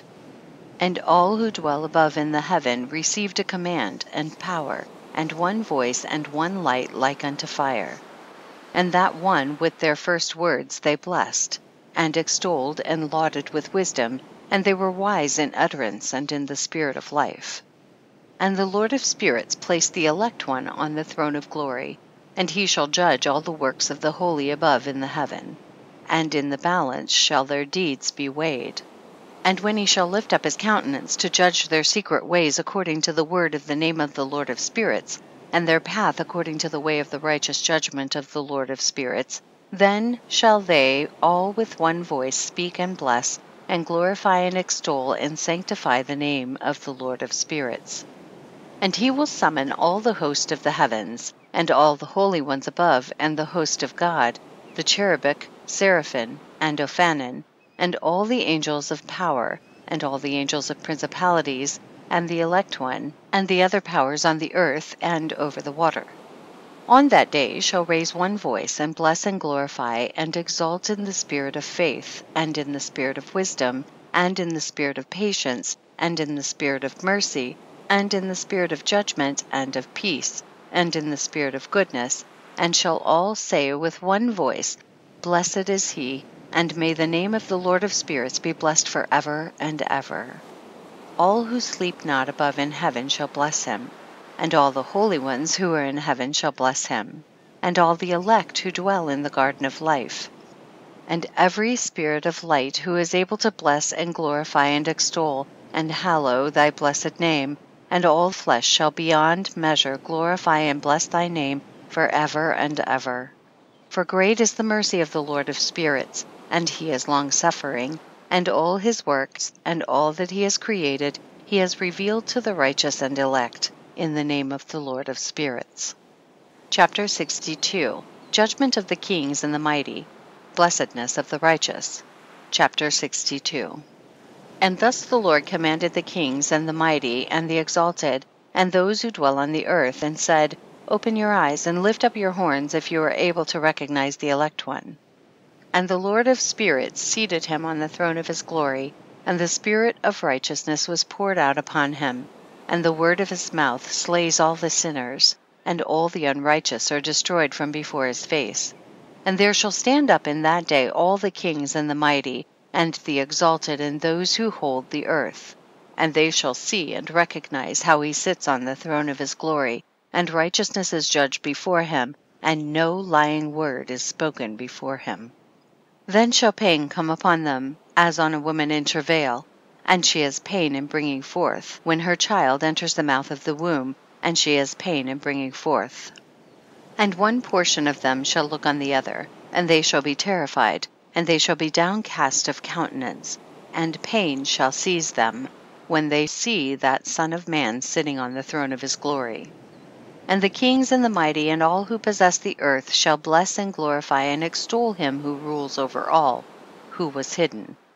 For from the beginning the Son of Man was hidden, and the Most High preserved him in the presence of his might, and revealed him to the elect. And the congregation of the elect and holy shall be sown, and all the elect shall stand before him on that day. And all the kings and the mighty and the exalted, and those who rule the earth, shall fall down before him on their faces, and worship and set their hope upon that Son of Man, and petition him, and supplicate for mercy at his hands. Nevertheless, that Lord of spirits will so press them, that they shall hastily go forth from his presence, and their faces shall be filled with shame, and the darkness grow deeper on their faces. And he will deliver them to the angels for punishment, to execute vengeance on them, because they have oppressed his children and his elect. And they shall be a spectacle for the righteous and for his elect. They shall rejoice over them, because the wrath of the Lord of spirits resteth upon them, and his sword is drunk with their blood. And the righteous and elect shall be saved on that day, and they shall never thenceforward see the face of the sinners and unrighteous.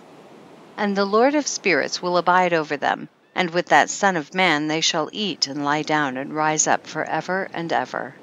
And the righteous and elect shall have risen from the earth, and ceased to be of downcast countenance. And they shall have been clothed with garments of glory, and these shall be the garments of life from the Lord of spirits. And your garment shall not grow old, nor your glory pass away before the Lord of spirits. Chapter 63. The unveiling repentance of the kings and the mighty. Chapter 63. In those days shall the mighty and the kings who possess the earth implore him to grant them a little respite from his angels of punishment to whom they were delivered, that they might fall down and worship before the Lord of spirits, and confess their sins before him. And they shall bless and glorify the Lord of spirits, and say, Blessed is the Lord of spirits, and the Lord of kings, and the Lord of the mighty, and the Lord of the rich, and the Lord of glory, and the Lord of wisdom. And splendid in every secret thing is thy power from generation to generation, and thy glory forever and ever. Deep are all thy secrets and innumerable, and thy righteousness is beyond reckoning. We have now learnt that we should glorify and bless the Lord of kings, and him who is king over all kings. And they shall say, Would that we had rest to glorify and give thanks and confess our faith before his glory. And now we long for a little rest, but find it not. We follow hard upon and obtain it not. And light has vanished from before us, and darkness is our dwelling place forever and ever. For we have not believed before him, nor glorified the name of the Lord of spirits, nor glorified our Lord. But our hope was in the scepter of our kingdom, and in our glory. And in the day of our suffering and tribulation he saves us not, and we find no respite for confession. That our Lord is true in all his works, and in his judgments and his justice, and his judgments have no respect of persons. And we pass away from before his face on account of our works, and all our sins are reckoned up in righteousness. Now they shall say unto themselves, Our souls are full of unrighteous gain. But it does not prevent us from descending from the midst thereof into the burden of Sheol. And after that their faces shall be filled with darkness, and shame before that Son of Man, and they shall be driven from his presence, and the sword shall abide before his face in their midst. Thus spake the Lord of spirits. This is the ordinance and judgment with respect to the mighty and the kings and the exalted, and those who possess the earth before the Lord of spirits. Chapter 64. Vision of the fallen angels in the place of punishment. Chapter 64. And other forms I saw hidden in that place. I heard the voice of the angel saying, These are the angels who descended to the earth and revealed what was hidden to the children of men, and seduced the children of men into committing sin. Chapter 65. Enoch foretells to Noah the deluge, and his own preservation. Chapter 65. And in those days Noah saw the earth, that it had sunk down, and its destruction was nigh. And he arose from thence, and went to the ends of the earth, and cried aloud to his grandfather Enoch. And Noah said 3 times with an embittered voice, Hear me, hear me, hear me. And I said unto him, Tell me what it is that is falling out on the earth, that the earth is in such evil plight and shaken, lest perchance I shall perish with it. And thereupon there was a great commotion on the earth, and a voice was heard from heaven, and I fell on my face. And Enoch my grandfather came and stood by me, and said unto me, Why hast thou cried unto me with a bitter cry and weeping? And a command has gone forth from the presence of the Lord concerning those who dwell on the earth, that their ruin is accomplished because they have learnt all the secrets of the angels, and all the violence of the Satans, and all their powers, the most secret ones, and all the power of those who practice sorcery, and the power of witchcraft, and the power of those who make molten images for the whole earth, and how silver is produced from the dust of the earth, and how soft metal originates in the earth. For lead and tin are not produced from the earth like the first. It is a fountain that produces them, and an angel stands therein, and that angel is preeminent. And after that my grandfather Enoch took hold of me by my hand, and raised me up, and said unto me, Go, for I have asked the Lord of spirits as touching this commotion on the earth. And he said unto me, Because of their unrighteousness their judgment has been determined upon, and shall not be withheld by me forever. Because of the sorceries which they have searched out and learnt, the earth and those who dwell upon it shall be destroyed. And these they have no place of repentance forever, because they have shown them what was hidden, and they are the damned. But as for thee, my son, the Lord of spirits knows that thou art pure and guiltless of this reproach concerning the secrets. And he has destined thy name to be among the holy, and will preserve thee amongst those who dwell on the earth, and has destined thy righteous seed both for kingship and for great honors. And from thy seed shall proceed a fountain of the righteous and holy without number forever. Chapter 66. The angels of the waters bidden to hold them in check. Chapter 66. And after that he showed me the angels of punishment, who are prepared to come and let loose all the powers of the waters which are beneath in the earth, in order to bring judgment and destruction on all who abide and dwell on the earth. And the Lord of spirits gave commandment to the angels who were going forth, that they should not cause the waters to rise, but should hold them in check, for those angels were over the powers of the waters. And I went away from the presence of Enoch. Chapter 67. God's promise to Noah, places of punishment of the angels and of the kings. Chapter 67. And in those days the word of God came unto me, and he said unto me, Noah, thy lot is come up before me, a lot without blame, a lot of love and uprightness. And now the angels are making a wooden building, and when they have completed the task I will place my hand upon it and preserve it. and there shall come forth from it the seed of life. And a change shall set in, so that the earth will not remain without inhabitant. And I will make fast thy seed before me for ever and ever, and I will spread abroad those who dwell with thee. It shall not be unfruitful on the face of the earth, but it shall be blessed and multiply on the earth in the name of the Lord. And he will imprison those angels who have shown unrighteousness in that burning valley which my grandfather Enoch had formerly shown to me in the west among the mountains of gold and silver and iron and soft metal and tin. And I saw that valley in which there was a great convulsion, and a convulsion of the waters. And when all this took place from that fiery molten metal and from the convulsion thereof in that place, there was produced a smell of sulfur, and it was connected with those waters, and that valley of the angels who had led astray mankind burned beneath that land. And through its valleys proceed streams of fire, where these angels are punished who had led astray those who dwell upon the earth. But those waters shall in those days serve for the kings and the mighty and the exalted, and those who dwell on the earth for the healing of the body, but for the punishment of the spirit.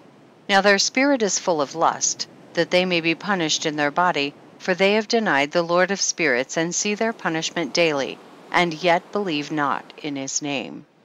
And in proportion as the burning of their bodies becomes severe, a corresponding change shall take place in their spirit forever and ever. For before the Lord of spirits none shall utter an idle word. For the judgment shall come upon them, because they believe in the lust of their body and deny the Spirit of the Lord. And those same waters will undergo a change in those days. For when those angels are punished in these water springs shall change their temperature. And when the angels ascend, this water of the springs shall change and become cold. And I heard Michael answering and saying, This judgment wherewith the angels are judged is a testimony for the kings and the mighty who possess the earth. Because these waters of judgment minister to the healing of the body of the kings and the lust of their body. Therefore they will not see and will not believe that those waters will change and become a fire which burns forever. Chapter 68. Michael and Raphael, astonished at the severity of the judgment. Chapter 68. And after that my grandfather Enoch gave me the teaching of all the secrets in the book and the parables, which had been given to him, and he put them together for me in the words of the book of the parables. And on that day Michael answered Raphael and said, The power of the Spirit transports, and makes me to tremble, because of the severity of the judgment of the secrets and the judgment of the angels. Who can endure the severe judgment which has been executed, and before which they melt away? And Michael answered again and said to Raphael, Who is he whose heart is not softened concerning it, and whose reins are not troubled by this word of judgment that has gone forth upon them, because of those who have thus led them out? And it came to pass, when he stood before the Lord of spirits, Michael said thus to Raphael, I will not take their part under the eye of the Lord, for the Lord of spirits has been angry with them, because they do as if they were the Lord. Therefore all that is hidden shall come upon them forever and ever, for neither angel nor man shall have his portion in it, but alone they have received their judgment forever and ever. Chapter 69. The names and functions of the fallen angels and Satan's, the secret oath. Chapter 69. And after this judgment they shall terrify and make them to tremble, because they have shown this to those who dwell on the earth. And behold, the names of those angels, and these are their names, the first of them is Samjaza, the second Artaquapha, and the third Armen, the fourth Kokabel, the fifth Turiel, the sixth Rumjal, the seventh Danjal, the eighth Niquel, the ninth Baraquel, the 10th Azazel, the 11th Armaros, the 12th Batarjal, the 13th Besasijal, the 14th Hananel, the 15th Turel, and the 16th Samapasiel, the 17th Jetrel, the 18th Tamael, the 19th Turel, the 20th Rumael, the 21st Azazel. And these are the chiefs of their angels and their names, and their chief ones over hundreds, and over 50s, and over 10s. The name of the first, Jequan, that is, the one who led astray all the sons of God, and brought them down to the earth, and led them astray through the daughters of men. And the second was named Asbiel. He imparted to the holy sons of God evil counsel, and led them astray, so that they defiled their bodies with the daughters of men. And the third was named Gadriel. He it is who showed the children of men all the blows of death, and he led astray Eve, and showed the weapons of death to the sons of men, the shield and the coat of mail, and the sword for battle, and all the weapons of death to the children of men. And from his hand they have proceeded against those who dwell on the earth from that day and forevermore. And the fourth was named Penemiel. He taught the children of men the bitter and the sweet, and he taught them all the secrets of their wisdom. And he instructed mankind in writing with ink and paper, and thereby many sinned from eternity to eternity and until this day. For men were not created for such a purpose, to give confirmation to their good faith with pen and ink. For men were created exactly like the angels, to the intent that they should continue pure and righteous, and death, which destroys everything, could not have taken hold of them. But through this their knowledge they are perishing, and through this power it is consuming me. And the fifth was named Castejah. This is he who showed the children of men all the wicked smitings of spirits and demons, and the smitings of the embryo in the womb, that it may pass away, and the smitings of the soul, the bites of the serpent, and the smitings which befall through the noontide heat. The son of the serpent named Tabaet. And this is the task of Caspiel, the chief of the oath which he showed to the holy ones when he dwelt high above in glory, and its name is Bequa. This angel requested Michael to show him the hidden name, that he might enunciate it in the oath, so that those might quake before that name and oath who revealed all that was in secret to the children of men. And this is the power of this oath, for it is powerful and strong. And he placed this oath, Accursed, in the hand of Michael. And these are the secrets of this oath, and they are strong through his oath.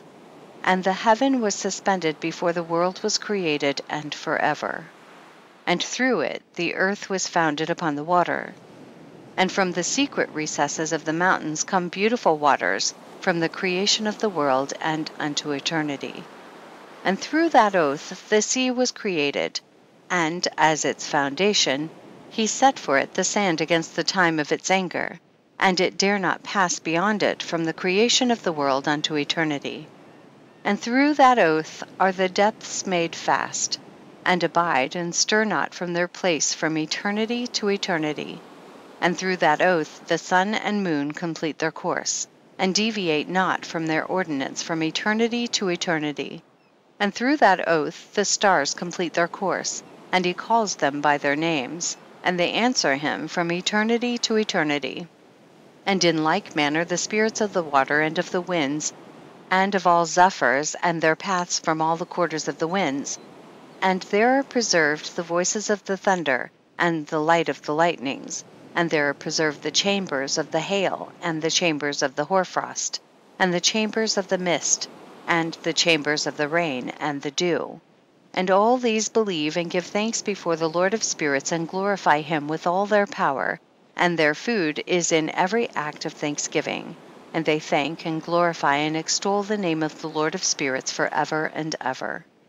And this oath is mighty over them, and through it they are preserved, and their paths are preserved, and their course is not destroyed.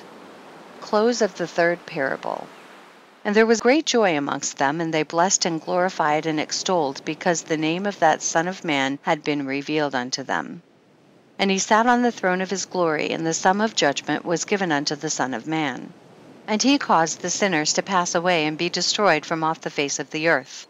And those who have led the world astray, with chains shall they be bound, and in their assemblage place of destruction shall they be imprisoned, and all their works vanish from the face of the earth. And from henceforth there shall be nothing corruptible.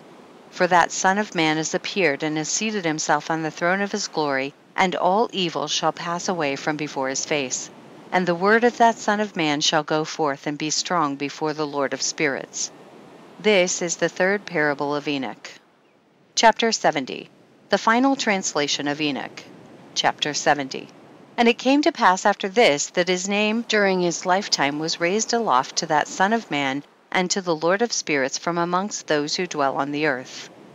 And he was raised aloft on the chariots of the Spirit, and his name vanished among them. And from that day I was no longer numbered amongst them.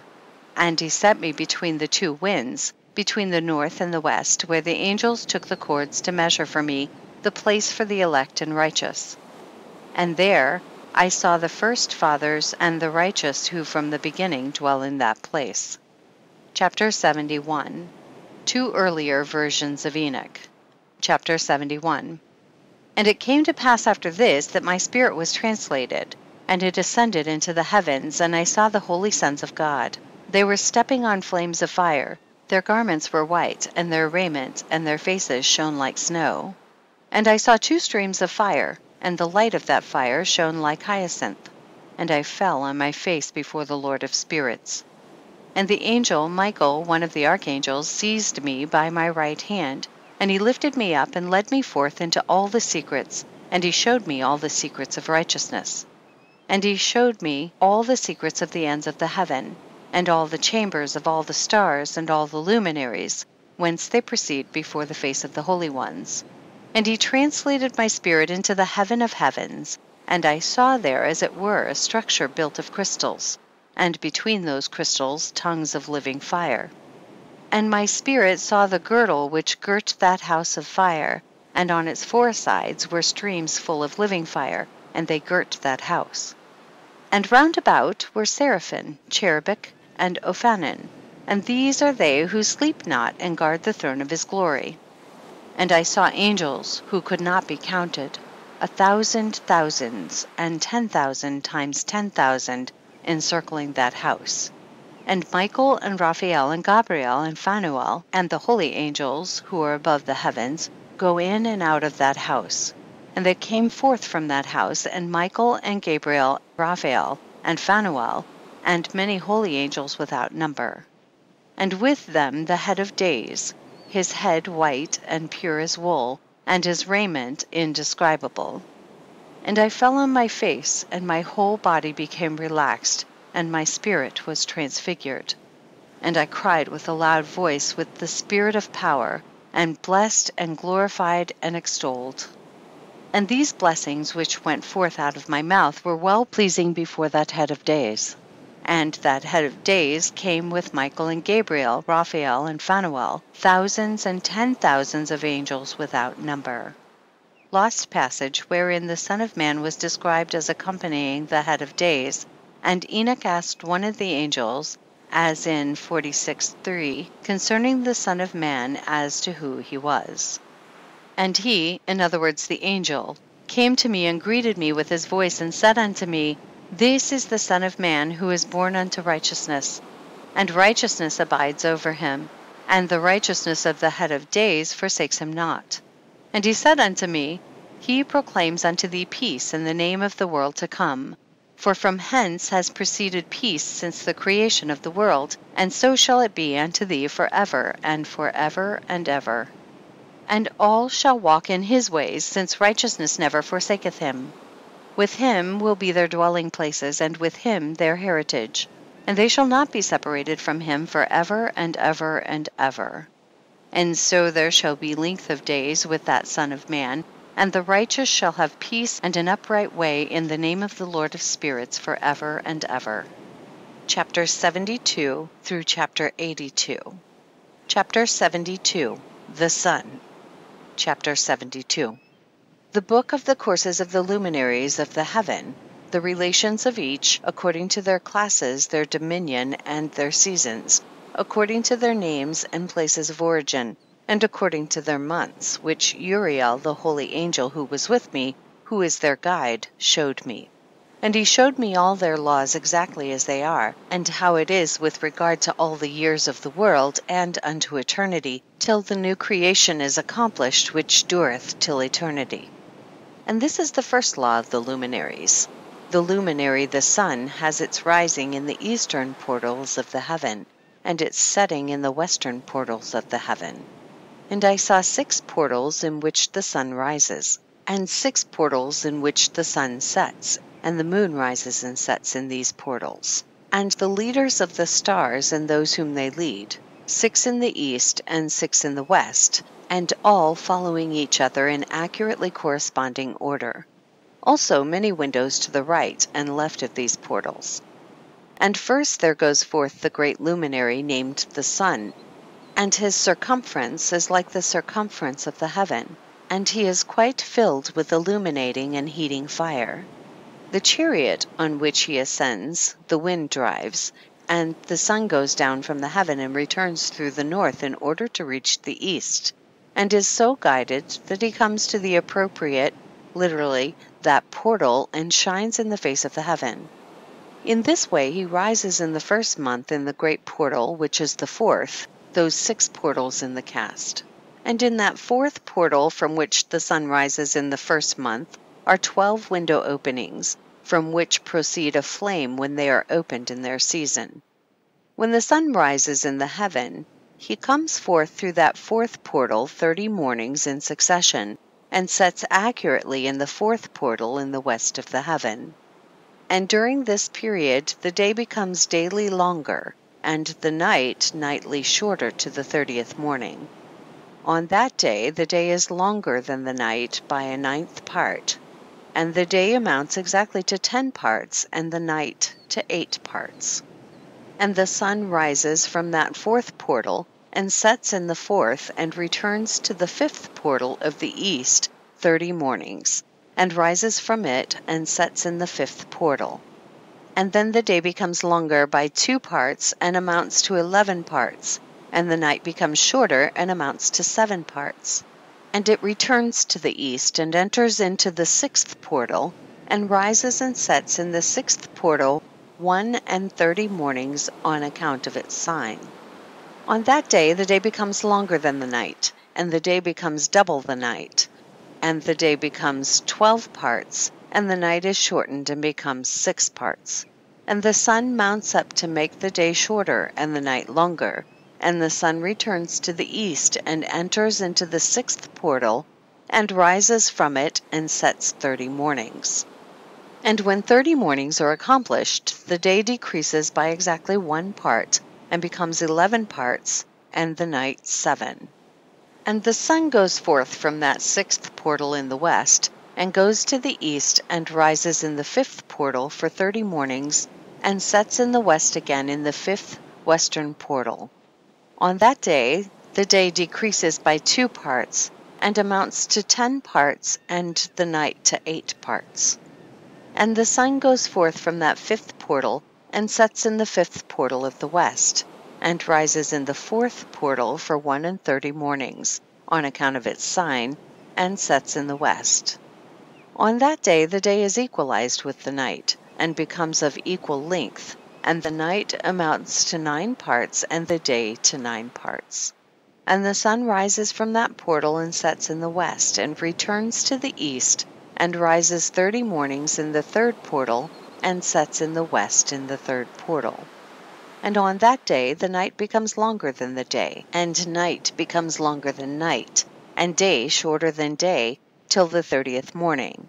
And the night amounts exactly to 10 parts, and the day to 8 parts.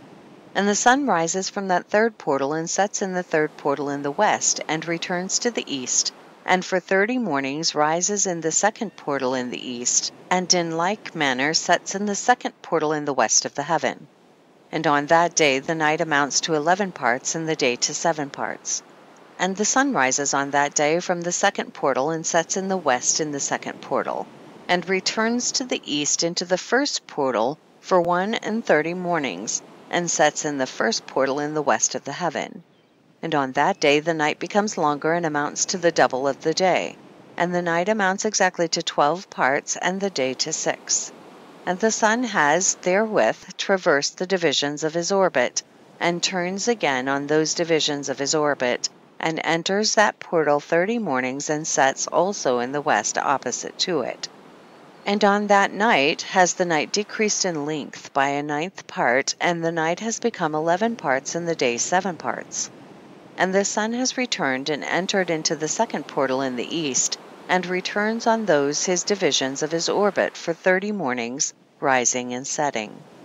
And on that day the night decreases in length, and the night amounts to 10 parts, and the day to 8. And on that day the sun rises from that portal, and sets in the west, and returns to the east, and rises in the third portal for 31 mornings, and sets in the west of the heaven. On that day the night decreases and amounts to 9 parts, and the day to 9 parts, and the night is equal to the day, and the year is exactly as to its days, 364. And the length of the day and of the night, and the shortness of the day and of the night arise. Through the course of the sun these distinctions are made, literally they are separated. So it comes that its course becomes daily longer, and its course nightly shorter. And this is the law and the course of the sun, and his return, as often as he returns 60 times and rises. In other words, the great luminary which is named the sun, forever and ever. And that which thus rises is the great luminary, and is so named according to its appearance, according as the Lord commanded.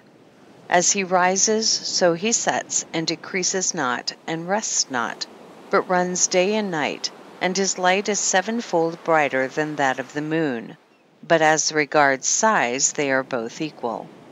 Chapter 73. And after this law, I saw another law dealing with the smaller luminary which is named the moon. And her circumference is like the circumference of the heaven, and her chariot in which she rides is driven by the wind, and light is given to her in definite measure. And her rising and setting change every month, and her days are like the days of the sun. And when her light is uniform, in other words full, it amounts to the 7th part of the light of the sun. And thus she rises. And her first phase in the east comes forth on the 30th morning.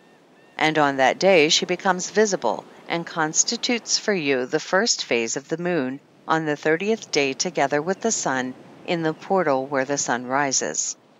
And the 1/2 of her goes forth by a 7th part, and her whole circumference is empty, without light, with the exception of 1/7 part of it, and the 14th part of her light.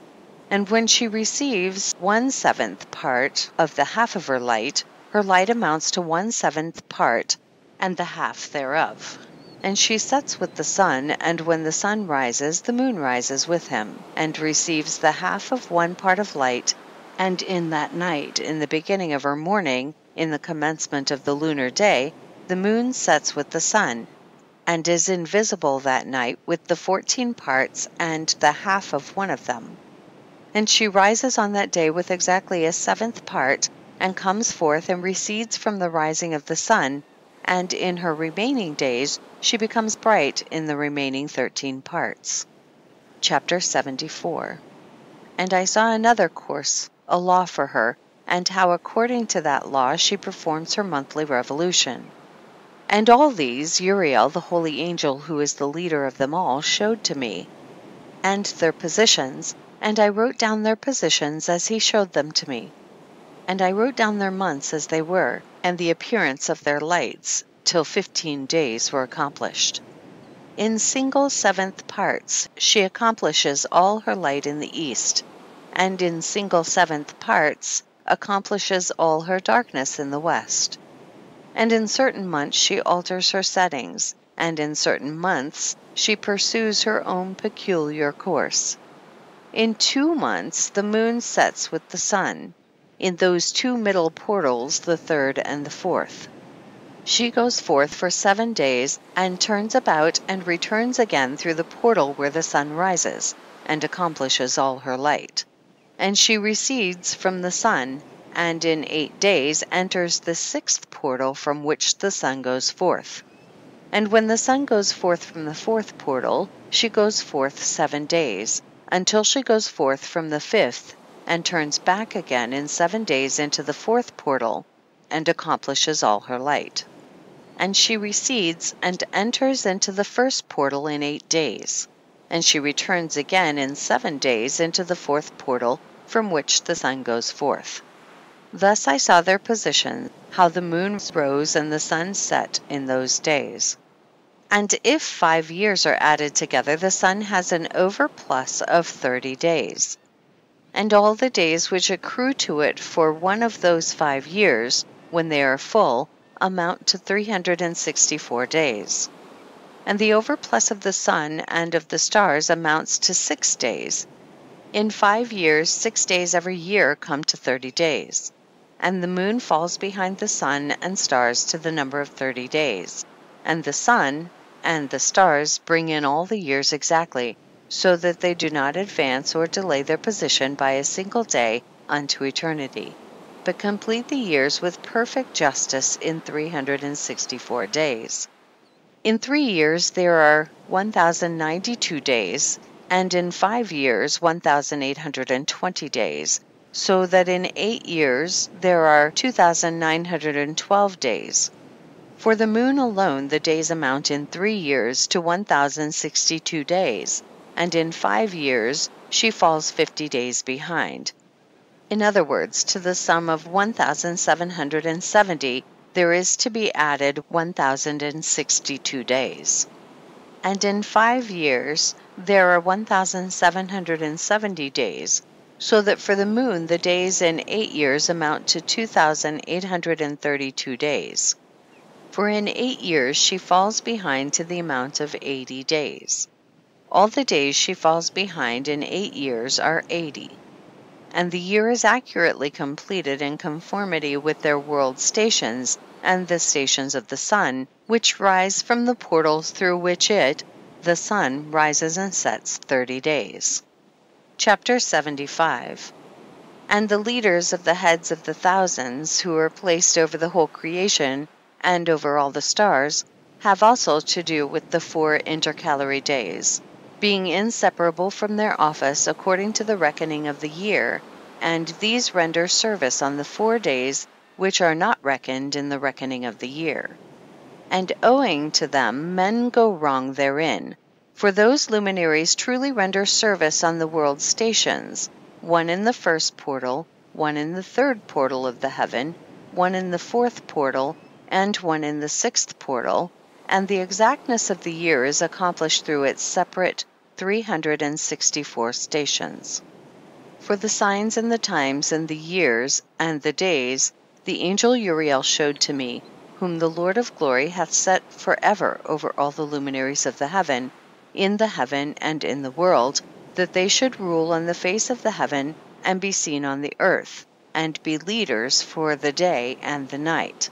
In other words, the sun, moon, and stars, and all the ministering creatures which make their revolution in all the chariots of the heaven. In like manner 12 doors Uriel showed me, open in the circumference of the sun's chariot in the heaven, through which the rays of the sun break forth. And from them is warmth diffused over the earth, when they are opened in their appointed seasons. And for the winds and the spirit of the dew, when they are opened, standing open in the heavens at the ends. As for the 12 portals in the heaven, at the ends of the earth, out of which go forth the sun, moon, and stars, and all the works of heaven in the east and in the west. There are many windows open to the left and right of them, and one window at its appointed season produces warmth, corresponding as these do to those doors from which the stars come forth according as he commanded them, and wherein they set corresponding to their number. And I saw chariots in the heaven, running in the world above those portals in which revolve the stars that never set. And one is larger than all the rest, and it is that makes its course through the entire world. Chapter 76. The 12 windows and their portals. And at the ends of the earth I saw 12 portals open to all the quarters of the heaven, from which the winds go forth and blow over the earth.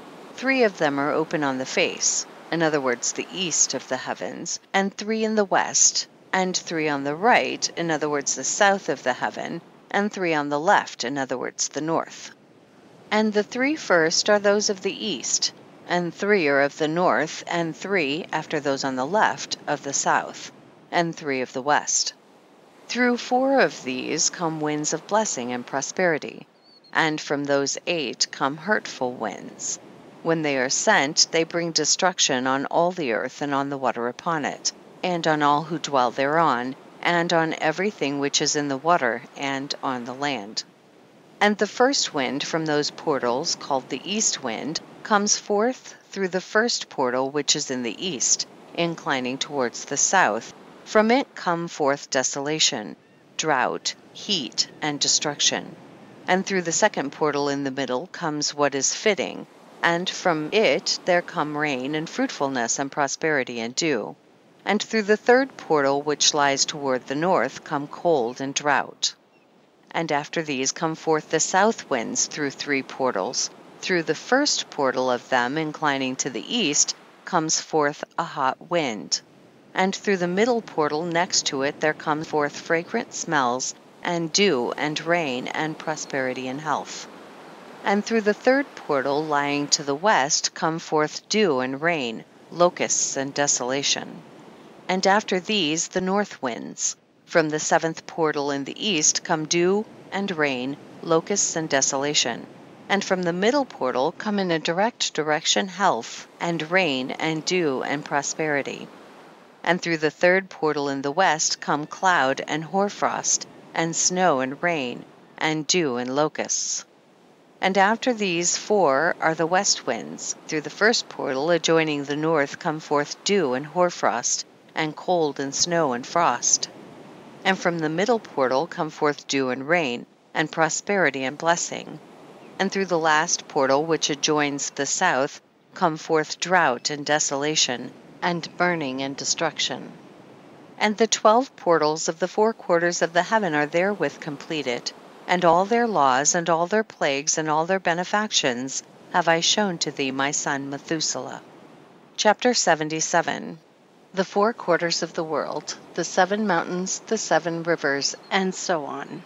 Chapter 77. And the first quarter is called the east, because it is the first, and the second the south, because the Most High will descend there. Yea, there in quite a special sense will he who is blessed forever descend. And the west quarter is named the diminished, because there all the luminaries of the heaven wane and go down. And the 4th quarter, named the north, is divided into 3 parts. The first of them is for the dwelling of men, and the second contains seas of water, and the abysses, and forests, and rivers, and darkness, and clouds. And the 3rd part contains the garden of righteousness. I saw 7 high mountains, higher than all the mountains which are on the earth, and thence comes forth hoarfrost, and days, seasons, and years pass away. I saw 7 rivers on the earth, larger than all the rivers. One of them, coming from the west, pours its waters into the great sea. And these 2 come from the north to the sea, and pour their waters into the Erythraean Sea in the east. And the remaining 4 come forth on the side of the north to their own sea, 2 of them to the Erythraean Sea, and 2 into the great sea, and discharge themselves there, and some say into the desert. 7 great islands I saw in the sea, and in the mainland, 2 in the mainland, and 5 in the great sea. Chapter 77. The sun and moon, the waxing and waning of the moon. Chapter 77. And the names of the sun are the following: the first, Orjares, and the second, Thomas. And the moon has 4 names. The first name is Esonja, the second Ibla, the third Benose, and the 4th Irae. These are the 2 great luminaries. Their circumference is like the circumference of the heaven, and the size of the circumference of both is alike. In the circumference of the sun there are 7 portions of light which are added to it more than to the moon, and in definite measures it is transferred till the 7th portion of the sun is exhausted. And they set and enter the portals of the west, and make their revolution by the north, and come forth through the eastern portals on the face of the heaven. And when the moon rises, 1/14th part appears in the heaven. The light becomes full in her. On the 14th day she accomplishes her light. And 15 parts of light are transferred to her till the 15th day, when her light is accomplished, according to the sign of the year, and she becomes 15 parts, and the moon grows by the addition of 14th parts. And in her waning the moon decreases on the first day to 14 parts of her light, on the second to 13 parts of light, on the third to 12, on the fourth to 11, on the fifth to 10, on the sixth to 9, on the seventh to 8, on the eighth to 7, on the ninth to 6, on the 10th to 5, on the 11th to 4, on the 12th to 3, on the 13th to 2, on the 14th to the half of a seventh, and all her remaining light disappears wholly on the 15th. And in certain months, the month has 29 days, and once 28. And Uriel showed me another law, when the light is transferred to the moon, and on which side it is transferred to her by the sun.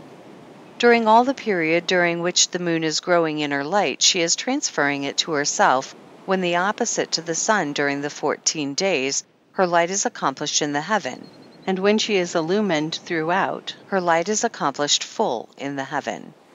And on the first day she is called the new moon, for on that day the light rises upon her.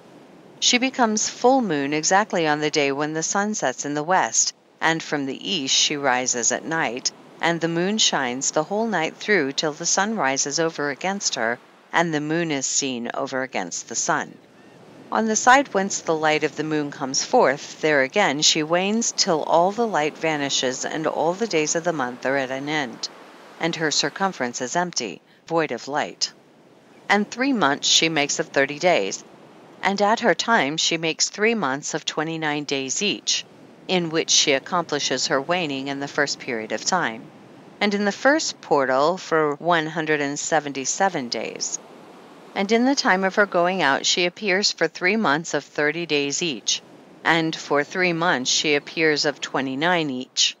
At night she appears like a man for 20 days each time, and by day she appears like the heaven, and there is nothing else in her save her light. Chapter 79 to 80. Recapitulation of several of the laws. Chapter 79. And now, my son, I have shown thee everything, and the law of all the stars of the heaven is completed. And he showed me all the laws of these for every day and for every season of bearing rule, and for every year and for its going forth, and for the order prescribed to it every month and every week. And the waning of the moon which takes place in the 6th portal, for in this 6th portal her light is accomplished, and after that there is the beginning of the waning. And the waning, which takes place in the 1st portal in its season, till 177 days are accomplished, reckoned according to weeks, 25 weeks and 2 days. She falls behind the sun and the order of the stars exactly 5 days in the course of one period, and when this place which thou seest has been traversed.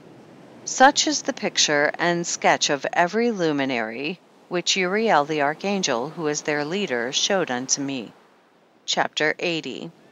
And in those days the angel Uriel answered and said to me, Behold, I have shown thee everything, Enoch, and I have revealed everything to thee, that thou shouldst see this sun and this moon, and the leaders of the stars of the heaven, and all those who turn them, their tasks and times and departures. Chapter 80, verses 2 through 8. Perversion of nature, and the heavenly bodies owning to the sin of men. And in the days of the sinners the years shall be shortened, and their seed shall be tardy on their lands and fields, and all things on the earth shall alter, and shall not appear in their time, and the rain shall be kept back, and the heaven shall withhold it. And in those times the fruits of the earth shall be backward, and shall not grow in their time, and the fruits of the trees shall be withheld in their time. And the moon shall alter her order, and not appear at her time. And in those days the sun shall be seen, and he shall journey in the evening, on the extremity of the great chariot in the west, and shall shine more brightly than accords with the order of light. And many chiefs of the stars shall transgress the order prescribed, and these shall alter their orbits and tasks, and not appear at the seasons prescribed to them. And the whole order of the stars shall be concealed from the sinners, and the thoughts of those on the earth shall err concerning them, and they shall be altered from all their ways. Yea, they shall err, and take them to be gods. and evil shall be multiplied upon them, and punishment shall come upon them so as to destroy all. Chapter 81. The Heavenly Tablets and the Mission of Enoch. Chapter 81. And he said unto me, Observe, Enoch, these heavenly tablets, and read what is written thereon, and mark every individual fact. And I observed the heavenly tablets, and read everything which was written thereon, and understood everything, and read the book of all the deeds of mankind, and of all the children of flesh that shall be upon the earth to the remotest generations. And forthwith I blessed the great Lord, the King of glory, forever, in that he has made all the works of the world. And I extolled the Lord because of his patience, and blessed him because of the children of men. And after that I said, Blessed is the man who dies in righteousness and goodness, concerning whom there is no book of unrighteousness written, and against whom no day of judgment shall be found. And those 7 holy ones brought me and placed me on the earth before the door of my house, and said to me, Declare everything to thy son Methuselah, and show to all thy children that no flesh is righteous in the sight of the Lord, for he is their creator. 1 year we will leave thee with thy son, till thou givest thy last commands, that thou mayest teach thy children and record it for them, and testify to all thy children. And in the 2nd year they shall take thee from their midst. Let thy heart be strong, for the good shall announce righteousness to the good. The righteous with the righteous shall rejoice, and shall offer congratulation to one another. But the sinners shall die with the sinners, and the apostate go down with the apostate. And those who practice righteousness shall die on account of the deeds of men, and be taken away on account of the doings of the godless. And in those days they ceased to speak to me, and I came to my people blessing the Lord of the world. Chapter 82. Charge given to Enoch, the 4 intercalary days, the stars which lead the seasons and the months. Chapter 82. And now, my son Methuselah, all these things I am recounting to thee and writing down for thee, and I have revealed to thee everything, and given thee books concerning all these. So preserve, my son Methuselah, the books from thy father's hand, and see that thou deliver them to the generations of the world. I have given wisdom to thee and to thy children, and thy children that shall be to thee, that they may give it to their children for generations, this wisdom, namely, that passeth their thought. And those who understand it shall not sleep, but shall listen with the ear, that they may learn this wisdom, and it shall please those that eat thereof better than good food. Blessed are all the righteous. Blessed are all those who walk in the way of righteousness and sin not as the sinners, in the reckoning of all their days in which the sun traverses the heaven, entering into and departing from the portals for 30 days, with the heads of thousands of the order of the stars, together with the 4 which are intercalated, which divide the 4 portions of the year, which lead them and enter with them 4 days. Owing to them, men shall be at fault, and not reckon them in the whole reckoning of the year. Yea, men shall be at fault, and not recognize them accurately, for they belong to the reckoning of the year, and are truly recorded thereon forever, 1 in the 1st portal, and 1 in the 3rd, and 1 in the 4th, and 1 in the 6th, and the year is completed in 364 days. And the account thereof is accurate, and the recorded reckoning thereof exact. For the luminaries and months and festivals and years and days has Uriel shown and revealed to me, to whom the Lord of the whole creation of the world hath subjected the host of heaven. And he has power over night and day in the heaven, to cause the light to give light to men, sun, moon, and stars, and all the powers of the heaven which revolve in their circular chariots. And these are the orders of the stars which set in their places, and in their seasons and festivals and months. And these are the names of those who lead them, who watch that they enter at their times, in their orders, in their seasons, in their months, in their periods of dominion, and in their positions. Their 4 leaders who divide the 4 parts of the year enter first, and after them the 12 leaders of the orders who divide the months. And for the 360 days there are heads over thousands who divide the days, and for the 4 intercalary days there are the leaders, which sunder the 4 parts of the year. And these heads over thousands are intercalated between leader and leader, each behind a station, but their leaders make the division. And these are the names of the leaders who divide the 4 parts of the year which are ordained: Milkael, Helamelech, and Melishal, and Neril. And the names of those who lead them: Adnaral, Iyasusael, and Ilomeel. These 3 follow the leaders of the orders, and there is one that follows the 3 leaders of the orders, which follow those leaders of stations that divide the 4 parts of the year. In the beginning of the year, Melchiel rises first and rules, who is named Tamanian's son. And all the days of his dominion whilst he bears rule are 91 days.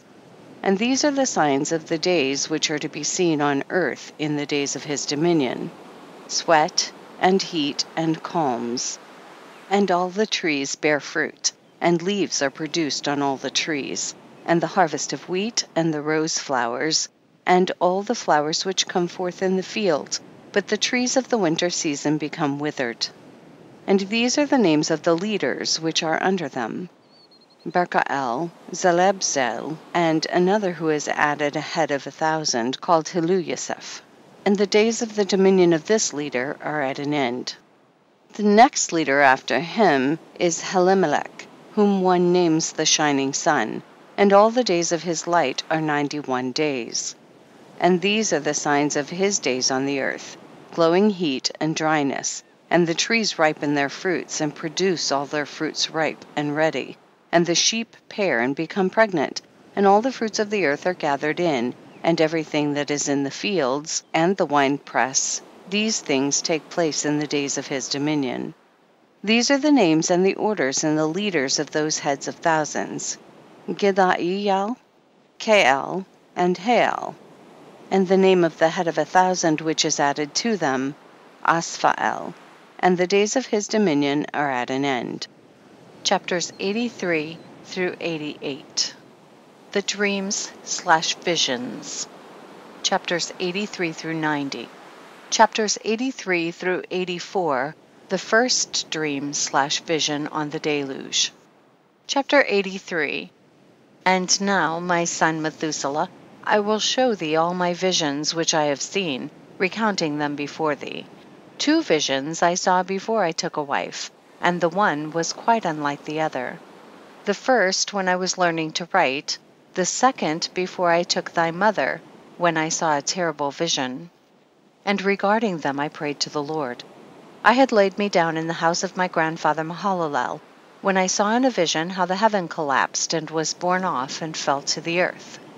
And when it fell to the earth, I saw how the earth was swallowed up in a great abyss, and mountains were suspended on mountains, and hills sank down on hills, and high trees were rent from their stems, and hurled down and sunk in the abyss.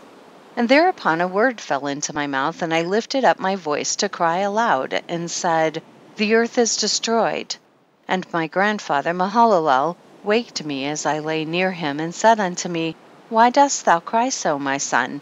And why dost thou make such lamentation? And I recounted to him the whole vision which I had seen, and he said unto me, A terrible thing hast thou seen, my son, and of grave moment is thy dream/vision as to the secrets of all the sin of the earth. It must sink into the abyss and be destroyed with a great destruction.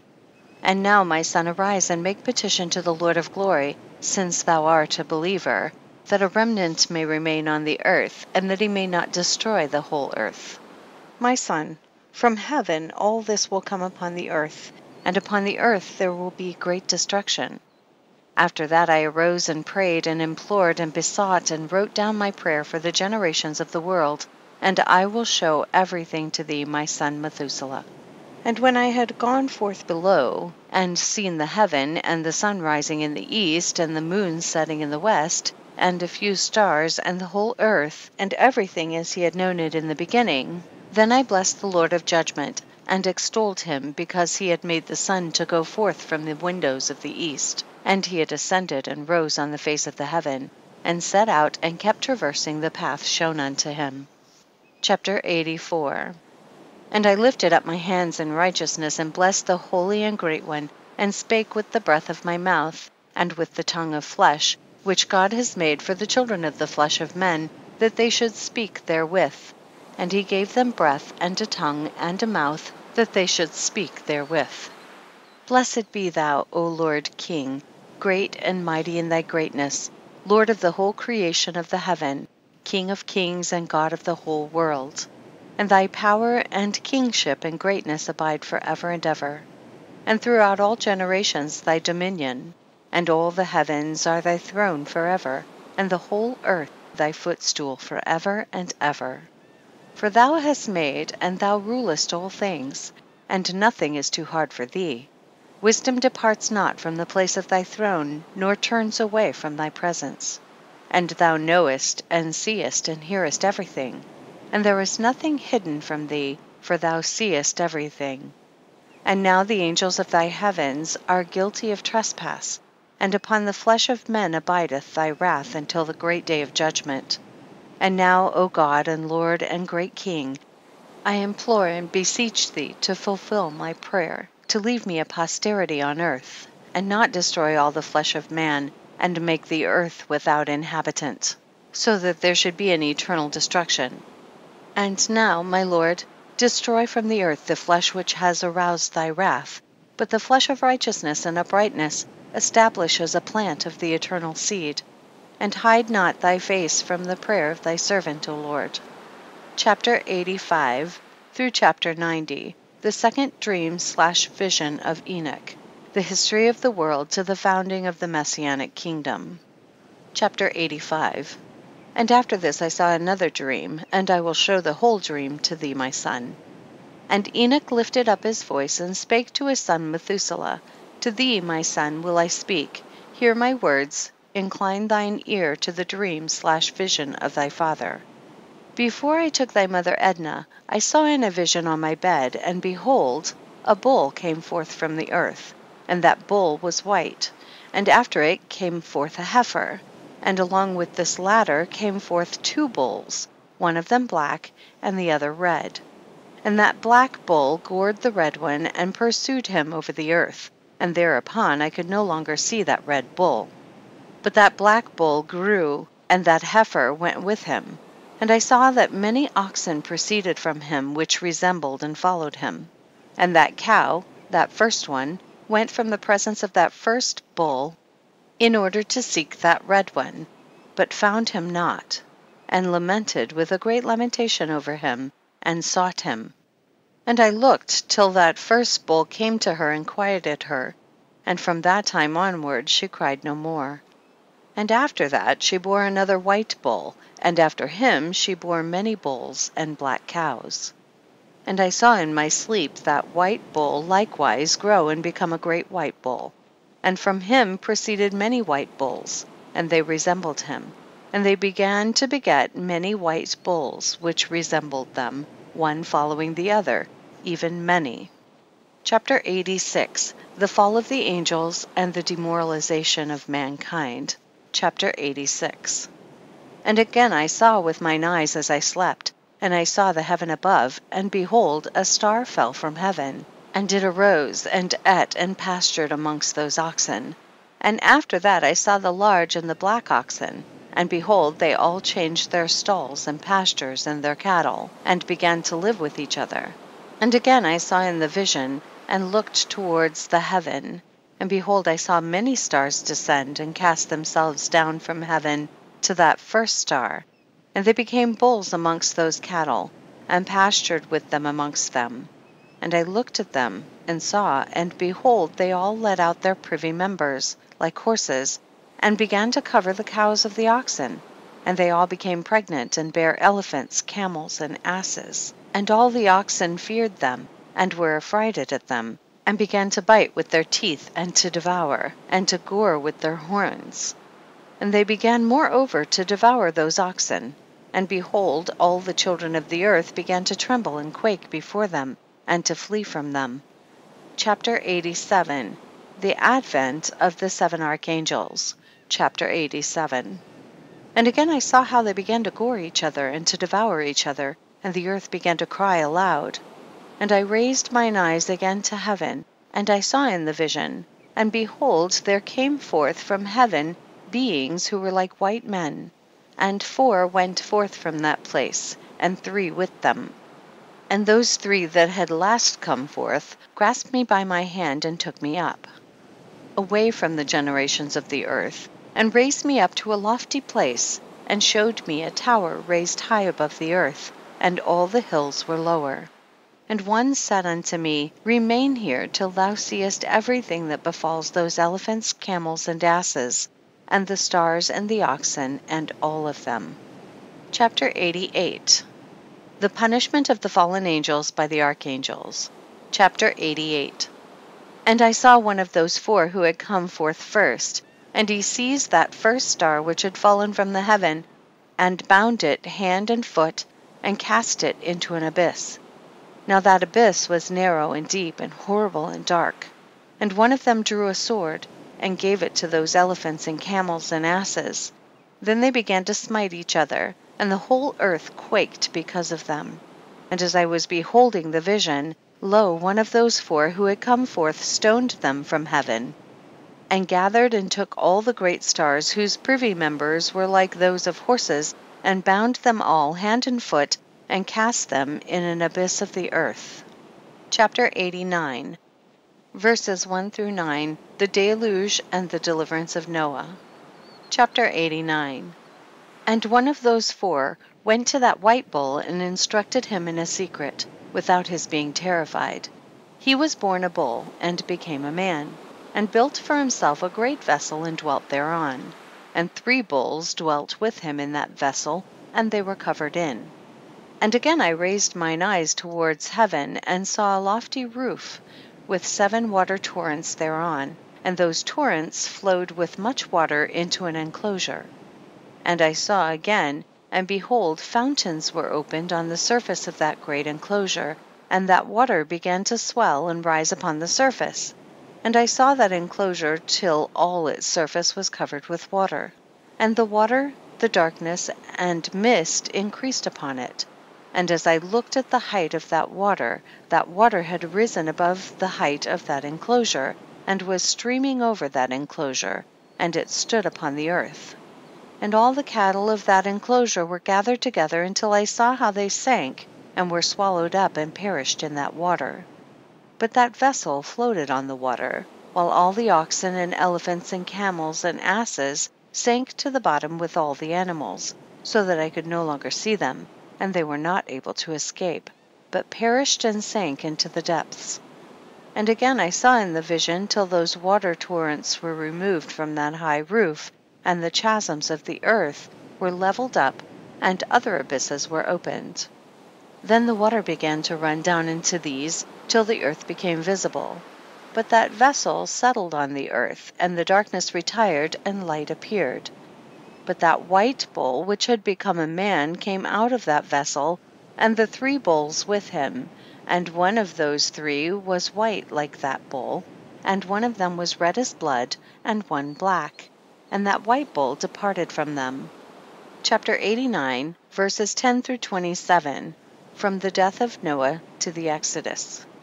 And they began to bring forth beasts of the field and birds, so that there arose different genera: lions, tigers, wolves, dogs, hyenas, wild boars, foxes, squirrels, swine, falcons, vultures, kites, eagles, and ravens, and among them was born a white bull. And they began to bite one another. But that white bull which was born amongst them begat a wild ass, and a white bull with it, and the wild asses multiplied. But that bull which was born from him begat a black wild boar, and a white sheep. And the former begat many boars, but that sheep begat 12 sheep. And one of those 12 sheep had grown. They gave up one of them to the asses, and those asses again gave up that sheep to the wolves, and that sheep grew up among the wolves. And the Lord brought the 11 sheep to live with it, and to pasture with it among the wolves, and they multiplied and became many flocks of sheep. And the wolves began to fear them, and they oppressed them until they destroyed their little ones, and they cast their young into a river of much water, But those sheep began to cry aloud on account of their little ones, and to complain unto their Lord. And a sheep which had been saved from the wolves fled and escaped to the wild asses. And I saw the sheep how they lamented and cried, and besought their Lord with all their might, till that Lord of the sheep descended at the voice of the sheep from a lofty abode, and came to them and pastured them. And he called that sheep which had escaped the wolves, and spake with it concerning the wolves, that it should admonish them not to touch the sheep. And the sheep went to the wolves according to the word of the Lord, and another sheep met it and went with it. And the two went and entered together into the assembly of those wolves, and spake with them, and admonished them not to touch the sheep from henceforth. And thereupon I saw the wolves, and how they oppressed the sheep exceedingly with all their power, and the sheep cried aloud. And the Lord came to the sheep, and they began to smite those wolves, and the wolves began to make lamentation. But the sheep became quiet, and forthwith ceased to cry out. And I saw the sheep till they departed from amongst the wolves. But the eyes of the wolves were blinded, and those wolves departed in the pursuit of the sheep with all their power. And the Lord of the sheep went with them, as their leader, and all his sheep followed him. And his face was dazzling and glorious and terrible to behold. But the wolves began to pursue those sheep till they reached a sea of water. And the sea was divided, and the water stood on this side and on that before their face. And their Lord led them, and placed himself between them and the wolves. And as those wolves did not yet see the sheep, they proceeded into the midst of that sea, and the wolves followed the sheep, and those wolves ran after them into that sea. And when they saw the Lord of the sheep, they turned to flee before his face. But that sea gathered itself together, and became as it had been created. And the water swelled and rose till it covered those wolves. And I saw till all the wolves who pursued those sheep perished, and were drowned. Chapter 89, verses 28 to 40. Israel in the desert, the giving of the law, the entrance into Palestine. But the sheep escaped from that water, and went forth into a wilderness, where there was no water and no grass. And they began to open their eyes and to see. And I saw the Lord of the sheep pasturing them, and giving them water and grass, and that sheep going and leading them. And that sheep ascended to the summit of that lofty rock, and the Lord of the sheep sent it to them. And after that I saw the Lord of the sheep who stood before them, and his appearance was great and terrible and majestic. And all those sheep saw him, and were afraid before his face. And they all feared and trembled because of him, and they cried to that sheep with them, which was amongst them, We are not able to stand before our Lord, or to behold him. And that sheep which led them again ascended to the summit of that rock. But the sheep began to be blinded, and to wander from the way which he had showed them. But that sheep wot not thereof. And the Lord of the sheep was wrathful exceedingly against them, and that sheep discovered it, and went down from the summit of the rock, and came to the sheep, and found the greatest part of them blinded and fallen away. And when they saw it, they feared and trembled at its presence, and desired to return to their folds. And that sheep took other sheep with it, and came to those sheep which had fallen away, and began to slay them. And the sheep feared its presence, and thus that sheep brought back those sheep that had fallen away, and they returned to their folds. And I saw in this vision till that sheep became a man, and built a house for the Lord of the sheep, and placed all the sheep in that house. And I saw till this sheep which had met that sheep which led them fell asleep. And I saw till all the great sheep perished, and little ones arose in their place, and they came to a pasture, and approached a stream of water. Then that sheep, their leader, which had become a man, withdrew from them and fell asleep. And all the sheep sought it, and cried over it with a great crying. And I saw till they left off crying for that sheep, and crossed that stream of water. And there arose the two sheep as leaders in the place of those which had led them and fallen asleep, literally had fallen asleep and led them. And I saw till the sheep came to a goodly place, and a pleasant and glorious land, and I saw till those sheep were satisfied, and that house stood amongst them in the pleasant land. Chapter 89, verses 41 through 50, from the time of the judges till the building of the temple. And sometimes their eyes were opened, and sometimes blinded, till another sheep arose, and led them and brought them all back, and their eyes were opened. And the dogs and the foxes and the wild boars began to devour those sheep, till the Lord of the sheep raised up another sheep, a ram from their midst, which led them. And that ram began to butt on either side those dogs, foxes, and wild boars, till he had destroyed them all. And that sheep whose eyes were opened saw that ram which was amongst the sheep, till it forsook its glory, and began to butt those sheep, and trampled upon them, and behaved itself unseemly. And the Lord of the sheep sent the lamb to another lamb, and raised it to being a ram and leader of the sheep, instead of that ram which had forsaken its glory. And it went to it, and spake to it alone, and raised it to being a ram, and made it the prince and leader of the sheep. But during all these things those dogs oppressed the sheep. And the first ram pursued that second ram, and that second ram arose and fled before it. And I saw till those dogs pulled down the first ram. And that second ram arose and led the little sheep. And those sheep grew and multiplied, but all the dogs and foxes and wild boars feared and fled before it.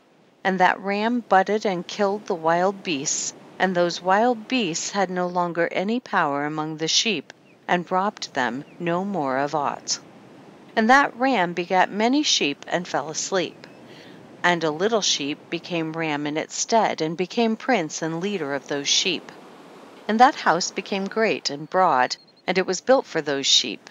And a tower lofty and great was built on the house for the Lord of the sheep, and that house was low, but the tower was elevated and lofty. And the Lord of the sheep stood on that tower, and they offered a full table before him. Chapter 89, verses 51 through 67.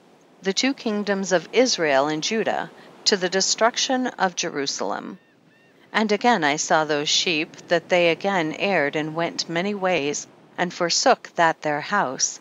And the Lord of the sheep called some from amongst the sheep, and sent them to the sheep, but the sheep began to slay them.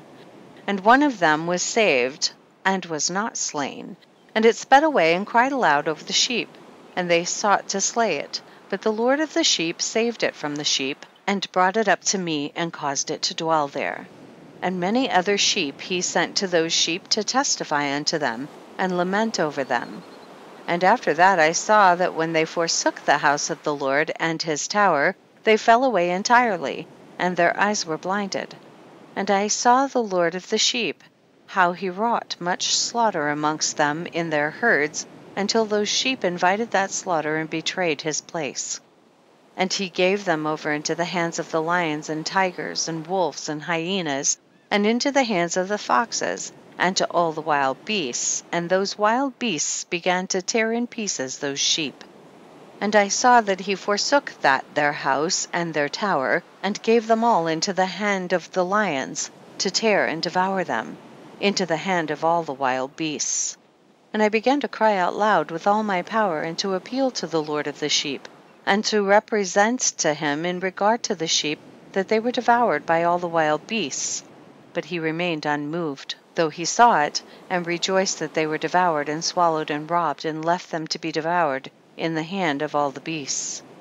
And he called 70 shepherds, and cast those sheep to them, that they might pasture them. And he spake to the shepherds and their companions, Let each individual of you pasture the sheep henceforward, and everything that I shall command you, that do ye. And I will deliver them over unto you, duly numbered, and tell you which of them are to be destroyed, and them destroy ye. And he gave over unto them those sheep. And he called another and spake unto him, Observe and mark everything that the shepherds will do to those sheep, for they will destroy more of them than I have commanded them. And every excess and the destruction which will be wrought through the shepherds, record, namely, how many they destroy according to my command, and how many according to their own caprice. Record against every individual shepherd all the destruction he effects, and read out before me by number how many they destroy, and how many they deliver over for destruction, that I may have this as a testimony against them, and know every deed of the shepherds, that I may comprehend and see what they do, whether or not they abide by my command which I have commanded them. But they shall not know it, and thou shalt not declare it to them, nor admonish them, but only record against each individual all the destruction which the shepherds effect, each in his time, and lay it all before me. And I saw till those shepherds pastured in their season, and they began to slay and to destroy more than they were bidden. And they delivered those sheep into the hand of the lions. And the lions and tigers eat and devoured the greater part of those sheep, and the wild boars eat along with them. And they burnt that tower and demolished that house. And I became exceedingly sorrowful over that tower, because that house of the sheep was demolished. And afterwards I was unable to see if those sheep entered that house. Chapter 89, verses 68 through 71. First period of the angelic rulers from the destruction of Jerusalem to the return from the captivity. And the shepherds and their associates delivered over those sheep to all the wild beasts to devour them, and each one of them received in his time a definite number. It was written by the other in a book how many each one of them destroyed of them, and each one slew and destroyed many more than was prescribed. And I began to weep and lament on account of those sheep. And thus in the vision I saw that one who wrote, how he wrote down every one that was destroyed by those shepherds, day by day, and carried up and laid down and showed actually the whole book to the Lord of the sheep, even everything that they had done, and all that each one of them had made away with, and all that they had given over to destruction. And the book was read before the Lord of the sheep, and he took the book from his hand and read it, and sealed it, and laid it down. Chapter 89, verses 72 through 77. Second period, from the time of Cyrus to that of Alexander the Great. And forthwith I saw how the shepherds pastured for 12 hours, and behold, 3 of those sheep turned back, and came and entered and began to build up all that had fallen down of that house. But the wild boars tried to hinder them, but they were not able. And they began again to build as before, and they reared up that tower, and it was named the High Tower. And they began again to place a table before the tower, but all the bread on it was polluted and not pure. And as touching all this, the eyes of those sheep were blinded so that they saw not, and the eyes of their shepherds likewise. And they delivered them in large numbers to their shepherds for destruction, and they trampled the sheep with their feet and devoured them. And the Lord of the sheep remained unmoved till all the sheep were dispersed over the field and mingled with them, in other words the beasts, and they, in other words the shepherds, did not save them out of the hand of the beasts. And this one who wrote the book carried it up and showed it, and read it before the Lord of the sheep, and implored him on their account, and besought him on their account, as he showed him all the doings of the shepherds, and gave testimony before him against all the shepherds. And he took the actual book and laid it down beside him, and departed. Chapter 90. And I saw till that in this manner 35 shepherds undertook the pasturing of the sheep, and they severally completed their periods as did the first. And others received them into their hands to pasture them for their period, each shepherd in his own period.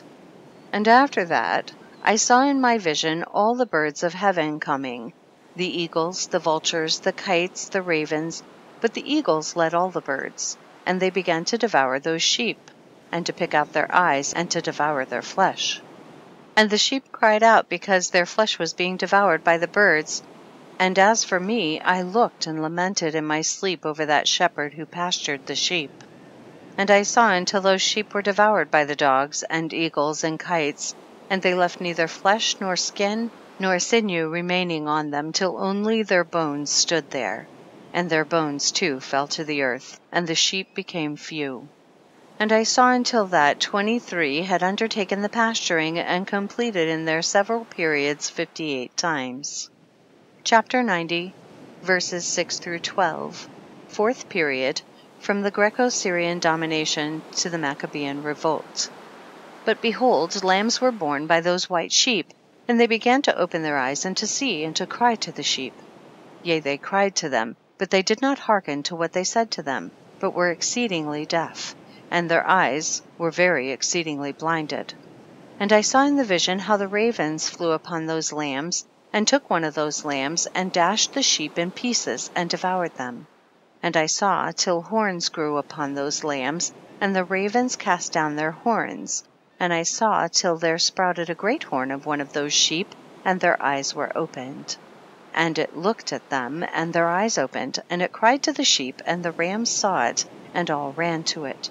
And notwithstanding all this, those eagles and vultures and ravens and kites still kept tearing the sheep, and swooping down upon them, and devouring them. Still the sheep remained silent, but the rams lamented and cried out. And those ravens fought and battled with it, and sought to lay low its horn, but they had no power over it. Chapter 90, verses 13 through 19, the last assault of the Gentiles on the Jews, where verses 13 through 15 and 16 through 18 are doublets. And I saw till the shepherds and eagles and those vultures and kites came, and they cried to the ravens that they should break the horn of that ram, and they battled and fought with it, and it battled with them, and cried that its help might come. And I saw till a great sword was given to the sheep, and the sheep proceeded against all the beasts of the field to slay them, and all the beasts and the birds of the heaven fled before their face. And I saw till that man who wrote down the names of the shepherds and carried up into the presence of the Lord of the sheep came and helped it and showed it everything. He had come down for the help of that ram. And I saw till the Lord of the sheep came unto them in wrath, and all who saw him fled, and they all fell into his shadow from before his face. Chapter 90, verses 20 through 27, Judgment of the fallen angels, the shepherds, and the apostates. And I saw till a throne was erected in the pleasant land, and the Lord of the sheep sat himself thereon, and the other took the sealed books, and opened those books before the Lord of the sheep. And the Lord called those men, the 7 first white ones, and commanded that they should bring before him, beginning with the first star which led the way, all the stars whose privy members were like those of horses, and they brought them all before him. And he said to that man who wrote before him, being one of those 7 white ones, and said unto him, Take those 70 shepherds to whom I delivered the sheep, and who, taking them on their own authority, slew more than I commanded them. And behold, they were all bound, I saw, and they all stood before him. And the judgment was held first over the stars, and they were judged and found guilty, and went to the place of condemnation, and they were cast into an abyss, full of fire and flaming, and full of pillars of fire. And those 70 shepherds were judged and found guilty, and they were cast into that fiery abyss. And I saw at that time how a like abyss was opened in the midst of the earth, full of fire, and they brought those blinded sheep. And they were all judged and found guilty, and cast into this fiery abyss, and they burned. Now this abyss was to the right of that house, and I saw those sheep burning, and their bones burning. Chapter 90, verses 28 through 38, the New Jerusalem, the conversion of the surviving Gentiles, the resurrection of the righteous, the Messiah. And I stood up to see till they folded up that old house, and carried off all the pillars, and all the beams and ornaments of the house were at the same time folded up with it. And they carried it off, and laid it in a place in the south of the land. And I saw till the Lord of the sheep brought a new house, greater and loftier than that first, and set it up in the place of the first which had been folded up. All its pillars were new, and its ornaments were new and larger than those of the first. The old one which he had taken away, and all the sheep were within it. And I saw all the sheep which had been left, and all the beasts on the earth, and all the birds of the heaven, falling down and doing homage to those sheep, and making petition to, and obeying them in everything.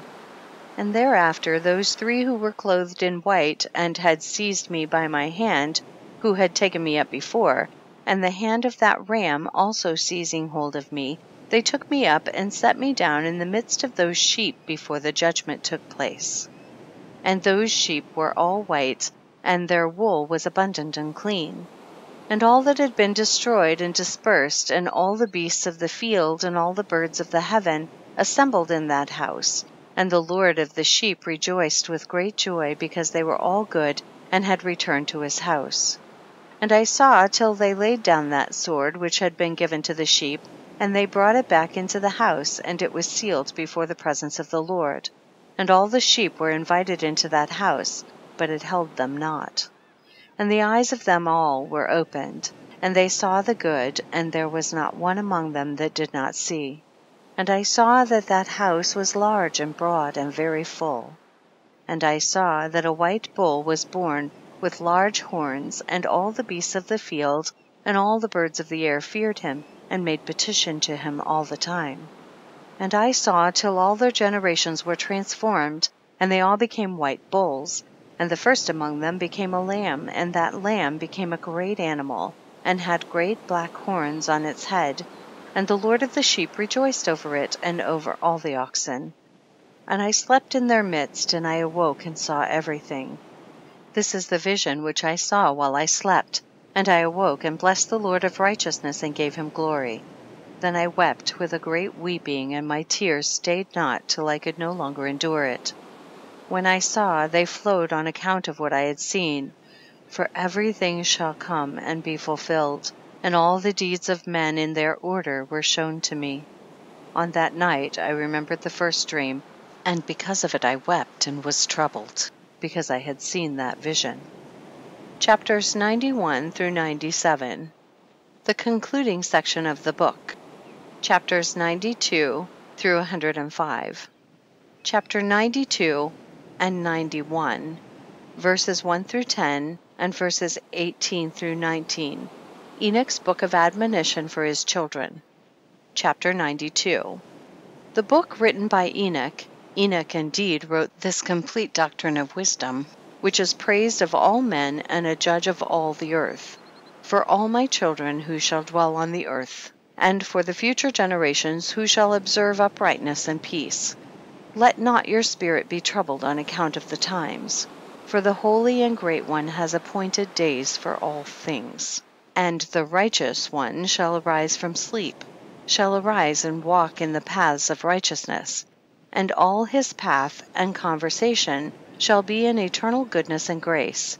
He will be gracious to the righteous, and give him eternal uprightness, and he will give him power so that he shall be endowed with goodness and righteousness, and he shall walk in eternal light. And sin shall perish in darkness forever, and shall no more be seen from that day forevermore. Chapter 91, verses 1 through 11 and 18 through 19. Enoch's admonition to his children. Chapter 91. And now, my son Methuselah, call to me all thy brothers, and gather together to me all the sons of thy mother. For the word calls me, and the Spirit is poured out upon me, that I may show you everything that shall befall you forever. And thereupon Methuselah went and summoned to him all his brothers, and assembled his relatives. And he spake unto all the children of righteousness, and said, Hear ye, sons of Enoch, all the words of your father, and hearken aright to the voice of my mouth. For I exhort you, and say unto you, beloved, love uprightness, and walk therein. And draw not nigh to uprightness with a double heart, and associate not with those of a double heart. But walk in righteousness, my sons, and it shall guide you on good paths, and righteousness shall be your companion. For I know that violence must increase on the earth, and a great chastisement be executed on the earth, and all unrighteousness come to an end. Yea, it shall be cut off from its roots, and its whole structure be destroyed. And unrighteousness shall again be consummated on the earth, and all the deeds of unrighteousness and of violence and transgression shall prevail in a twofold degree. And when sin and unrighteousness and blasphemy and violence and all kinds of deeds increase, and apostasy and transgression and uncleanness increase, a great chastisement shall come from heaven upon all these. And the Holy Lord will come forth with wrath and chastisement to execute judgment on earth. In those days violence shall be cut off from its roots, and the roots of unrighteousness together with deceit, and they shall be destroyed from under heaven. And all the idols of the heathen shall be abandoned, and the temples burned with fire, and they shall remove them from the whole earth. and they, i.e. the heathen, shall be cast into the judgment of fire, and shall perish in wrath and in grievous judgment forever. And the righteous shall arise from their sleep, and wisdom shall arise and be given unto them. And after that the roots of unrighteousness shall be cut off, and the sinners shall be destroyed by the sword, shall be cut off from the blasphemers in every place, and those who plan violence and those who commit blasphemy shall perish by the sword. And now I tell you, my sons, and show you the paths of righteousness and the paths of violence. Yea, I will show them to you again, that you may know what will come to pass. And now hearken unto me, my sons, and walk in the paths of righteousness, and walk not in the paths of violence, for all who walk in the paths of unrighteousness shall perish forever. Chapter 93. Chapter 91, 12 through 17, the Apocalypse of Weeks. Chapter 93. And after that Enoch both gave and began to recount from the books. And Enoch said, concerning the children of righteousness, and concerning the elect of the world, and concerning the plant of uprightness, I will speak these things. Yea, I, Enoch, will declare them unto you, my sons, according to that which appeared to me in the heavenly vision, and which I have known through the word of the holy angels, and have learnt from the heavenly tablets. And Enoch began to recount from the books, and said, I was born the 7th in the 1st week, while judgment and righteousness still endured. And after me there shall arise in the 2nd week great wickedness, and deceit shall have sprung up, and in it there shall be the first end. And in it a man shall be saved, and after it is ended unrighteousness shall grow up, and a law shall be made for the sinners. And after that, in the 3rd week at its close, a man shall be elected as the plant of righteous judgment, and his posterity shall become the plant of righteousness forevermore. And after that, in the 4th week at its close, visions of the holy and righteous shall be seen, and a law for all generations, and an enclosure shall be made for them. And after that, in the 5th week at its close, the house of glory and dominion shall be built forever. And after that, in the 6th week, all who live in it shall be blinded, and the hearts of all of them shall godlessly forsake wisdom. And in it a man shall ascend, and at its close the house of dominion shall be burnt with fire, and the whole race of the chosen root shall be dispersed. And after that, in the 7th week, shall an apostate generation arise, and many shall be its deeds, and all its deeds shall be apostate. And at its close shall be elected the elect righteous of the eternal plant of righteousness, to receive 7-fold instruction concerning all his creation. For who is there of all the children of men that is able to hear the voice of the Holy One without being troubled? And who can think his thoughts? And who is there that can behold all the works of heaven? And how should there be one who could behold the heaven, and who is there that could understand the things of heaven, and see a soul or a spirit, and could tell thereof, or ascend and see all their ends, and think them, or do like them? And who is there of all men that could know what is the breadth and the length of the earth, and to whom has been shown the measure of all of them? Or is there any one who could discern the length of the heaven, and how great is its height, and upon what it is founded, and how great is the number of the stars, and where all the luminaries rest? Chapter 91, verses 12 through 17, the last 3 weeks. Chapter 91. And after that there shall be another, the 8th week, that of righteousness, and a sword shall be given to it, that a righteous judgment may be executed on the oppressors. And sinners shall be delivered into the hands of the righteous. And at its close they shall acquire houses through their righteousness, and a house shall be built for the great King and glory forevermore. And all mankind shall look to the path of uprightness. And after that, in the 9th week, the righteous judgment shall be revealed to the whole world, and all the works of the godless shall vanish from all the earth, and the world shall be written down for destruction. And after this, in the 10th week, in the 7th part, there shall be the great eternal judgment, in which he will execute vengeance amongst the angels. And the first heaven shall depart and pass away, and a new heaven shall appear, and all the powers of the heaven shall give 7-fold light. And after that there will be many weeks without number forever, and all shall be in goodness and righteousness, and sin shall no more be mentioned forever. Chapter 94, verses 1 through 5, Admonitions to the righteous. Chapter 94. And now I say unto you, my sons, love righteousness and walk therein. For the paths of righteousness are worthy of acceptation, but the paths of unrighteousness shall suddenly be destroyed and vanish. And to certain men of a generation shall the paths of violence and of death be revealed, and they shall hold themselves afar from them, and shall not follow them.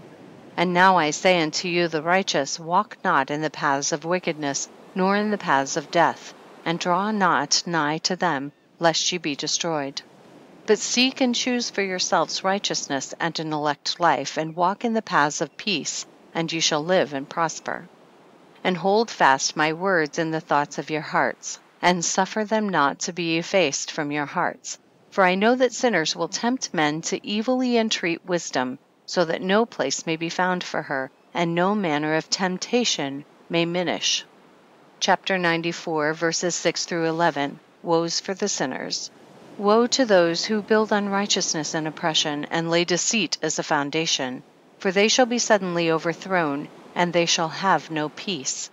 Woe to those who build their houses with sin, for from all their foundations shall they be overthrown, and by the sword shall they fall.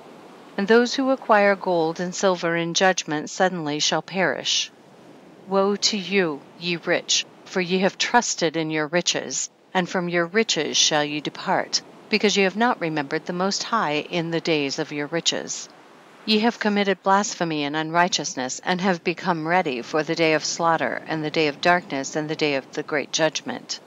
Thus I speak and declare unto you, he who hath created you will overthrow you, and for your fall there shall be no compassion, and your Creator will rejoice at your destruction. And your righteous ones in those days shall be a reproach to the sinners and the godless. Chapter 95.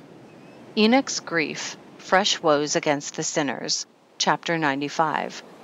O that mine eyes were a cloud of waters, that I might weep over you, and pour down my tears as a cloud of waters, that so I might rest from my trouble of heart. Who has permitted you to practice reproaches and wickedness? And so judgment shall overtake you, sinners. Fear not the sinners, ye righteous, for again will the Lord deliver them into your hands, that ye may execute judgment upon them according to your desires. Woe to you who fulminate anathemas, which cannot be reversed. Healing shall therefore be far from you because of your sins. Woe to you who requite your neighbor with evil, for ye shall be requited according to your works. Woe to you, lying witnesses, and to those who weigh out injustice, for suddenly shall ye perish. Woe to you sinners, for ye persecute the righteous, for ye shall be delivered up and persecuted because of injustice, and heavy shall its yoke be upon you. Chapter 96. Grounds of hopefulness for the righteous, woes for the wicked. Chapter 96. Be hopeful, ye righteous, for suddenly shall the sinners perish before you, and ye shall have lordship over them according to your desires. And in the day of the tribulation of the sinners, your children shall mount and rise as eagles, and higher than the vultures will be your nest. And ye shall ascend and enter the crevices of the earth, and the clefts of the rock forever as conies before the unrighteous. And the sirens shall sigh because of you, and weep. Wherefore fear not ye that have suffered, for healing shall be your portion, and a bright light shall enlighten you, and the voice of rest ye shall hear from heaven.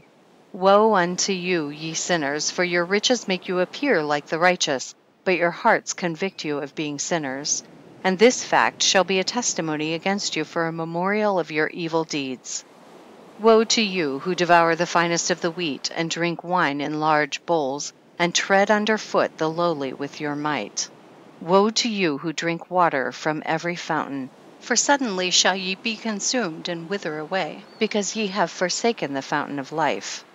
Woe to you who work unrighteousness and deceit and blasphemy, it shall be a memorial against you for evil. Woe to you, ye mighty, who with might oppress the righteous, for the day of your destruction is coming. In those days many and good days shall come to the righteous, in the day of your judgment. Chapter 97. The evils in store for sinners and the possessors of unrighteous wealth. Chapter 97. Believe ye righteous that the sinners will become ashamed, and perish in the day of unrighteousness. Be it known unto you, ye sinners, that the Most High is mindful of your destruction, and the angels of heaven rejoice over your destruction. What will ye do, ye sinners? And whither will ye flee on that day of judgment, when ye hear the voice of the prayer of the righteous? Yea, ye shall fare like unto them, against whom this word shall be a testimony. Ye have been companions of sinners. And in those days the prayer of the righteous shall reach unto the Lord, and for you the days of your judgment shall come. And all the words of your unrighteousness shall be read out before the great Holy One, and your faces shall be covered with shame. And he will reject every work which is grounded on unrighteousness. Woe to you, ye sinners, who live on the mid-ocean and on the dry land, whose remembrance is evil against you. Woe to you who acquire silver and gold in unrighteousness, and say, we have become rich with riches and have possessions, and have acquired everything we have desired, and now let us do what we proposed, for we have gathered silver, and many are the husbandmen in our houses, and our granaries are brimful as with water. Yea, and like water your lies shall flow away, for your riches shall not abide, but speedily ascend from you. For ye have acquired it all in unrighteousness, and you shall be given over to a great curse. Chapter 98. Self-indulgence of sinners. Sin originated by man. All sin recorded in heaven. Woes for the sinners. Chapter 98. And now I swear unto you, to the wise and to the foolish, for ye shall have manifold experiences on the earth. For ye men shall put on more adornments than a woman, and colored garments more than a virgin, in royalty, and in grandeur, and in power, and in silver, and in gold, and in purple, and in splendor, and in food, they shall be poured out as water. Therefore they shall be wanting in doctrine and wisdom, and they shall perish thereby together with their possessions, and with all their glory and their splendor, and in shame and in slaughter and in great destitution. Their spirits shall be cast into the furnace of fire.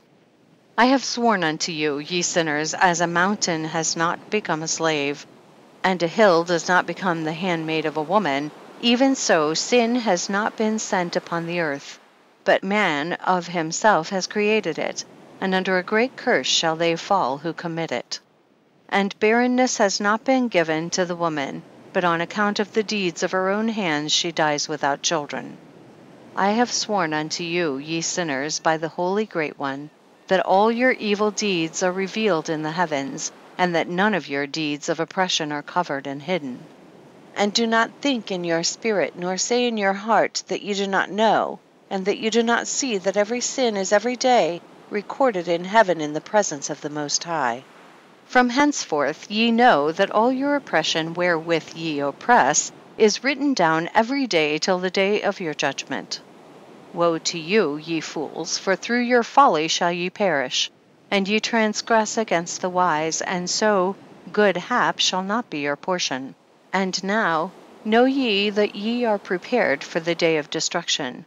Wherefore do not hope to live, ye sinners, but ye shall depart and die, for ye know no ransom. For ye are prepared for the day of the great judgment, for the day of tribulation and great shame for your spirits. Woe to you, ye obstinate of heart, who work wickedness and eat blood. Whence have ye good things to eat, and to drink, and to be filled? From all the good things which the Lord the Most High has placed in abundance on the earth. Therefore ye shall have no peace. Woe to you who love the deeds of unrighteousness, wherefore do ye hope for good hap unto yourselves? Know that ye shall be delivered into the hands of the righteous, and they shall cut off your necks and slay you, and have no mercy upon you. Woe to you who rejoice in the tribulation of the righteous, for no grave shall be dug for you. Woe to you who set at naught the words of the righteous, for ye shall have no hope of life. Woe to you who write down lying and godless words, for they write down their lies that men may hear them and act godlessly towards their neighbor. Therefore they shall have no peace, but die a sudden death. Chapter 99. Woes pronounced on the godless, the lawbreakers. Evil plight of sinners in the last days, further woes. Chapter 99. Woe to you who work godlessness and glory in lying and extol them. You shall perish, and no happy life shall be yours. Woe to them who pervert the words of uprightness, and transgress the eternal law, and transform themselves into what they were not, into sinners. They shall be trodden underfoot upon the earth. In those days make ready, ye righteous, to raise your prayers as a memorial, and place them as a testimony before the angels, that they may place the sin of the sinners for a memorial before the Most High. In those days the nations shall be stirred up, and the families of the nations shall arise on the day of destruction. And in those days the destitute shall go forth and carry off their children, and they shall abandon them, so that their children shall perish through them. Yea, they shall abandon their children that are still sucklings, and not return to them, and shall have no pity on their beloved ones. And again, I swear to you, ye sinners, that sin is prepared for a day of unceasing bloodshed.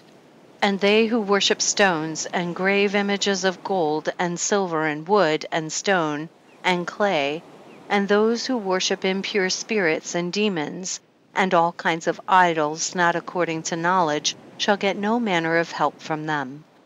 And they shall become godless by reason of the folly of their hearts, and their eyes shall be blinded through the fear of their hearts, and through visions in their dreams. Through these they shall become godless and fearful. For they shall have wrought all their work in a lie, and shall have worshipped a stone, therefore in an instant shall they perish. But in those days blessed are all they who accept the words of wisdom, and understand them, and observe the paths of the Most High, and walk in the path of his righteousness, and become not godless with the godless, for they shall be saved. Woe to you who spread evil to your neighbors, for you shall be slain in Sheol. Woe to you who make deceitful and false measures, and to them who cause bitterness on the earth, for they shall thereby be utterly consumed. Woe to you who build your houses through the grievous toil of others, and all their building materials are the bricks and stones of sin.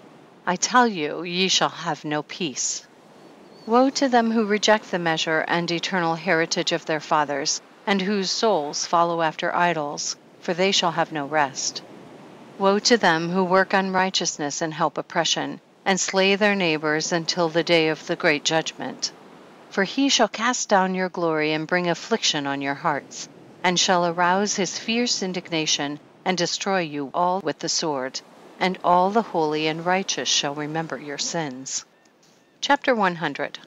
The sinners destroy each other, judgment of the fallen angels, the safety of the righteous, further woes for the sinners. Chapter 100. And in those days in one place the fathers together with their sons shall be smitten, and brothers one with another shall fall in death, till the streams flow with their blood. For a man shall not withhold his hand from slaying his sons and his sons' sons, and the sinner shall not withhold his hand from his honored brother. From dawn till sunset they shall slay one another. And the horse shall walk up to the breast in the blood of sinners, and the chariot shall be submerged to its height. In those days the angels shall descend into the secret places, and gather together into one place all those who brought down sin. And the Most High will arise on that day of judgment to execute great judgment amongst sinners. And over all the righteous and holy he will appoint guardians from amongst the holy angels, to guard them as the apple of an eye, until he makes an end of all wickedness and all sin. And though the righteous sleep a long sleep, they have naught to fear. And then the children of the earth shall see the wise in security, and shall understand all the words of this book, and recognize that their riches shall not be able to save them in the overthrow of their sins. Woe to you sinners on the day of strong anguish, ye who afflict the righteous and burn them with fire, ye shall be requited according to your works. Woe to you, ye obstinate of heart, who watch in order to devise wickedness. Therefore shall fear come upon you, and there shall be none to help you. Woe to you, ye sinners, on account of the words of your mouth, and on account of the deeds of your hands, which your godlessness has wrought. In blazing flames burning worse than fire shall ye burn. And now, know ye that from the angels he will inquire as to your deeds in heaven, from the sun and from the moon, and from the stars in reference to your sins, because upon the earth ye execute judgment on the righteous. And he will summon to testify against you every cloud and mist and dew and rain, for they shall all be withheld because of you from descending upon you, and they shall be mindful of your sins. And now give presents to the rain, that it be not withheld from descending upon you, nor yet the dew when it has received gold and silver from you, that it may descend. When the hoarfrost and snow with their chilliness, and all the snowstorms with all their plagues fall upon you, in those days ye shall not be able to stand before them. Chapter 101. Exhortation to the fear of God. All nature fears him, but not the sinners. Chapter 101. Observe the heaven, ye children of heaven, and every work of the Most High, and fear ye him, and work no evil in his presence. If he closes the windows of heaven, and withholds the rain and the dew from descending on the earth on your account, what will ye do then? And if he sends his anger upon you because of your deeds, ye cannot petition him, for ye spake proud and insolent words against his righteousness. Therefore ye shall have no peace. And see ye not the sailors of the ships, how their ships are tossed to and fro by the waves, and are shaken by the winds, and are in sore trouble? And therefore do they fear, because all their goodly possessions go upon the sea with them, and they have evil forebodings of heart that the sea will swallow them, and they will perish therein. Are not the entire sea, and all its waters, and all its movements, the work of the Most High, and has he not set limits to its doings, and confined it throughout by the sand? And at his reproof it is afraid and dries up, and all its fish die, and all that is in it. But ye sinners that are on the earth fear him not. Has he not made the heaven and the earth, and all that is therein? Who has given understanding and wisdom to everything that moves on the earth and in the sea? Do not the sailors of the ships fear the sea? Yet sinners fear not the Most High. Chapter 102. Terrors of the day of judgment. The adverse fortunes of the righteous on the earth. Chapter 102. In those days, when he hath brought a grievous fire upon you, whither will you flee, and where will you find deliverance? And when he launches forth his word against you, will you not be affrighted and fear? And all the luminaries shall be affrighted with great fear, and all the earth shall be affrighted and tremble and be alarmed. And all the angels shall execute their commands, and shall seek to hide themselves from the presence of the great glory, and all the children of earth shall tremble and quake. And ye sinners shall be cursed forever, and ye shall have no peace. Fear ye not, ye souls of the righteous, and be hopeful, ye that have died in righteousness. And grieve not if your soul into Sheol has descended in grief, and that in your life your body fared not according to your goodness. But wait for the day of the judgment of sinners, and for the day of cursing and chastisement.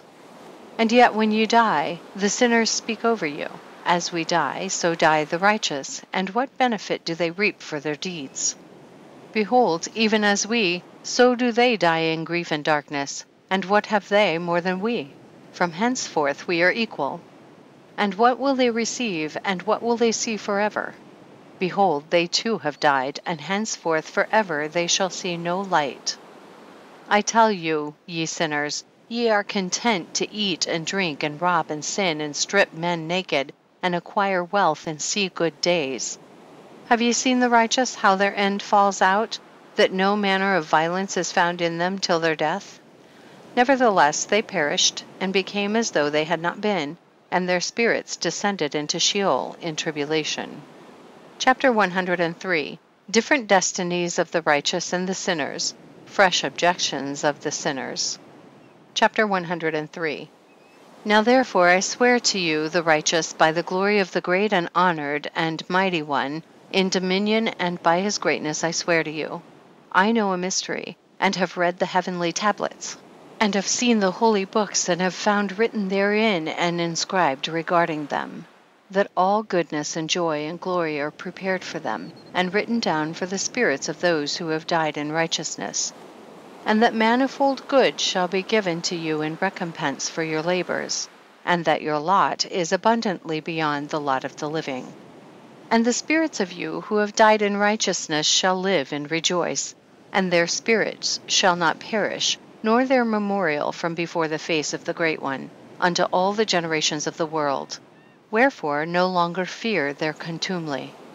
Woe to you, ye sinners, when ye have died, if ye die in the wealth of your sins, and those who are like you say regarding you, Blessed are the sinners, they have seen all their days, and how they have died in prosperity and in wealth, and have not seen tribulation or murder in their life, and they have died in honor, and judgment has not been executed on them during their life. Know ye that their souls will be made to descend into Sheol, and they shall be wretched in their great tribulation, and into darkness and chains and a burning flame, where there is grievous judgment shall your spirits enter. And the great judgment shall be for all the generations of the world. Woe to you, for ye shall have no peace. Say not in regard to the righteous and good who are in life, In our troubled days we have toiled laboriously and experienced every trouble, and met with much evil and been consumed, and have become few, and our spirit small. And we have been destroyed, and have not found any to help us even with a word. We have been tortured and destroyed, and not hoped to see life from day to day.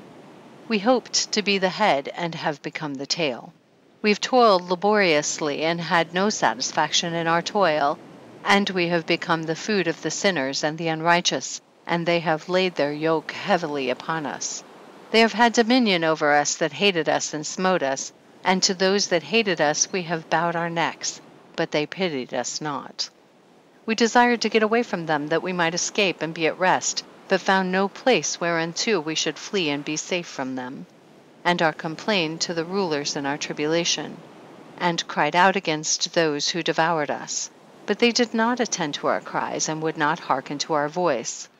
And they helped those who robbed us, and devoured us, and those who made us few. And they concealed their oppression, and they did not remove from us the yoke of those that devoured us, and dispersed us, and murdered us. And they concealed their murder, and remembered not that they had lifted up their hands against us. Chapter 104. Assurances given to the righteous, admonitions to sinners, and the falsifiers of the word of uprightness. Chapter 104. I swear unto you that in heaven the angels remember you for good before the glory of the Great One, and your names are written before the glory of the Great One. Be hopeful, for aforetime ye were put to shame through ill and affliction, but now ye shall shine as the lights of heaven. Ye shall shine, and ye shall be seen, and the portals of heaven shall be opened to you. And in your cry for judgment, and it shall appear to you. For all your tribulation shall be visited on the rulers, and on all who helped those who plundered you. Be hopeful, and cast not away your hopes, for ye shall have great joy as the angels of heaven. What shall ye be obliged to do? You shall not have to hide on the day of the great judgment, and you shall not be found as sinners, and the eternal judgment shall be far from you for all the generations of the world.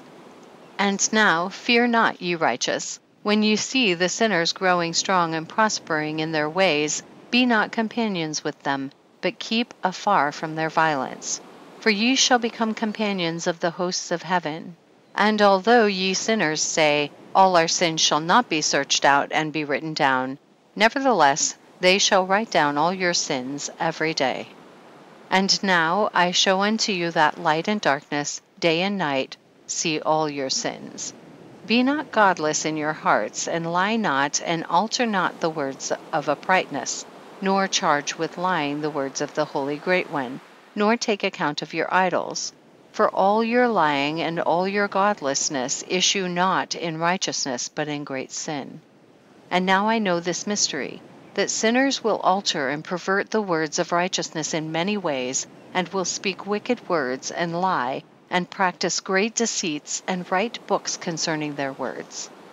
But when they write down truthfully all my words in their languages, and do not change or minish aught from my words, but write them all down truthfully, all that I first testified concerning them. Then I know another mystery, that books will be given to the righteous and the wise to become a cause of joy and uprightness and much wisdom.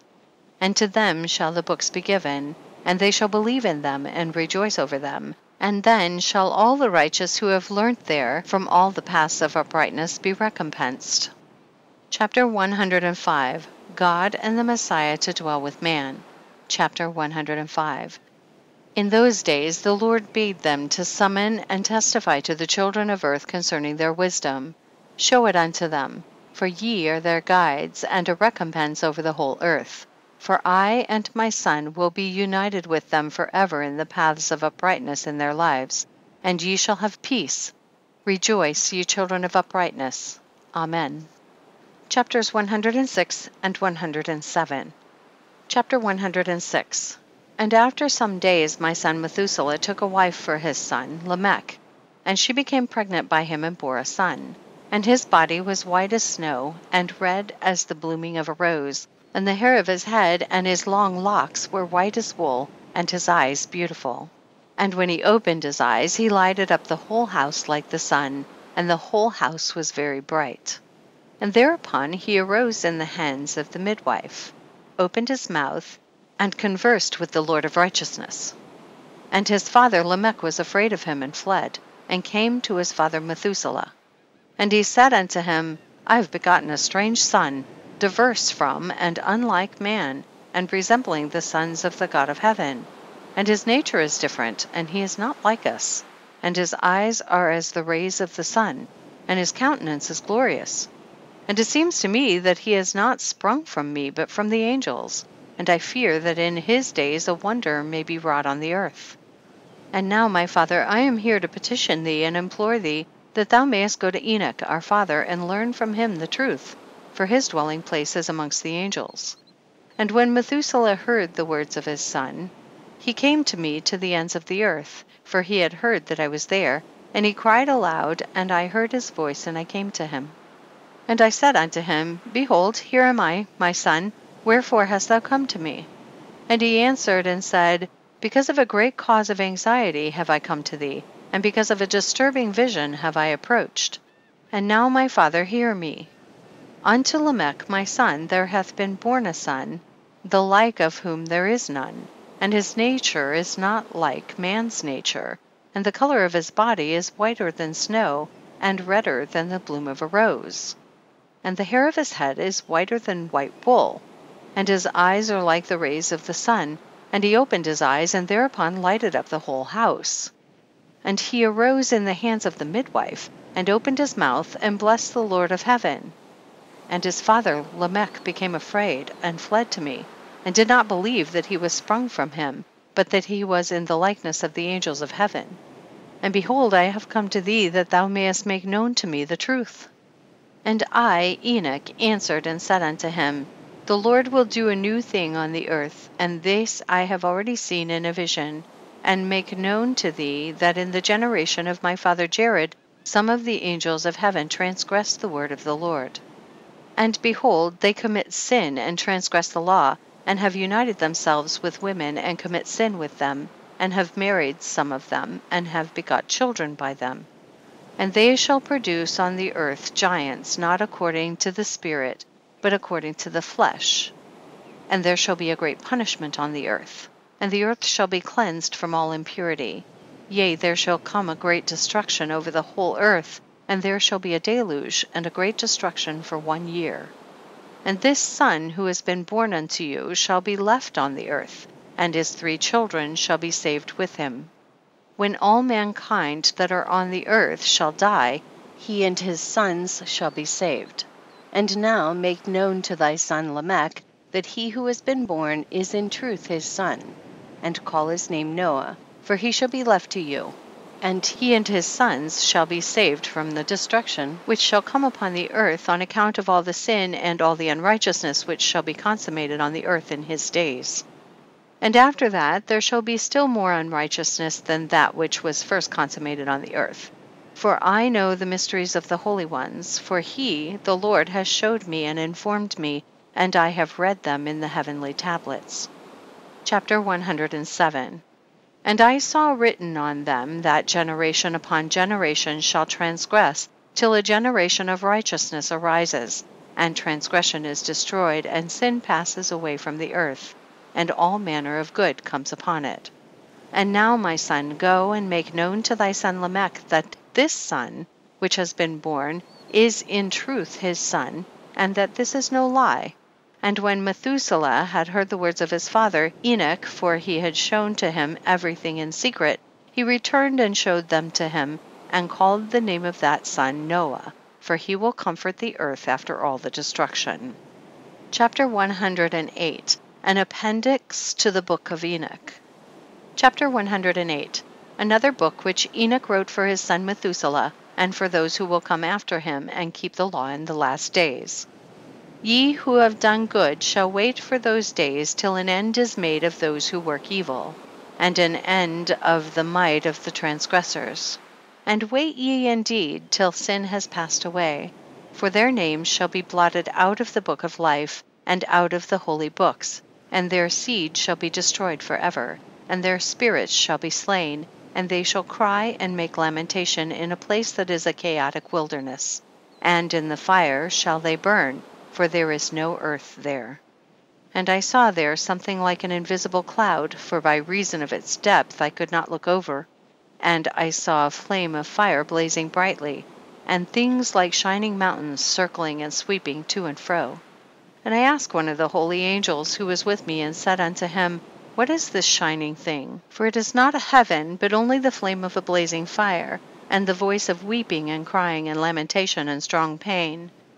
And he said unto me, This place which thou seest, here are cast the spirits of sinners and blasphemers, and of those who work wickedness, and of those who pervert everything that the Lord hath spoken through the mouth of the prophets, even the things that shall be.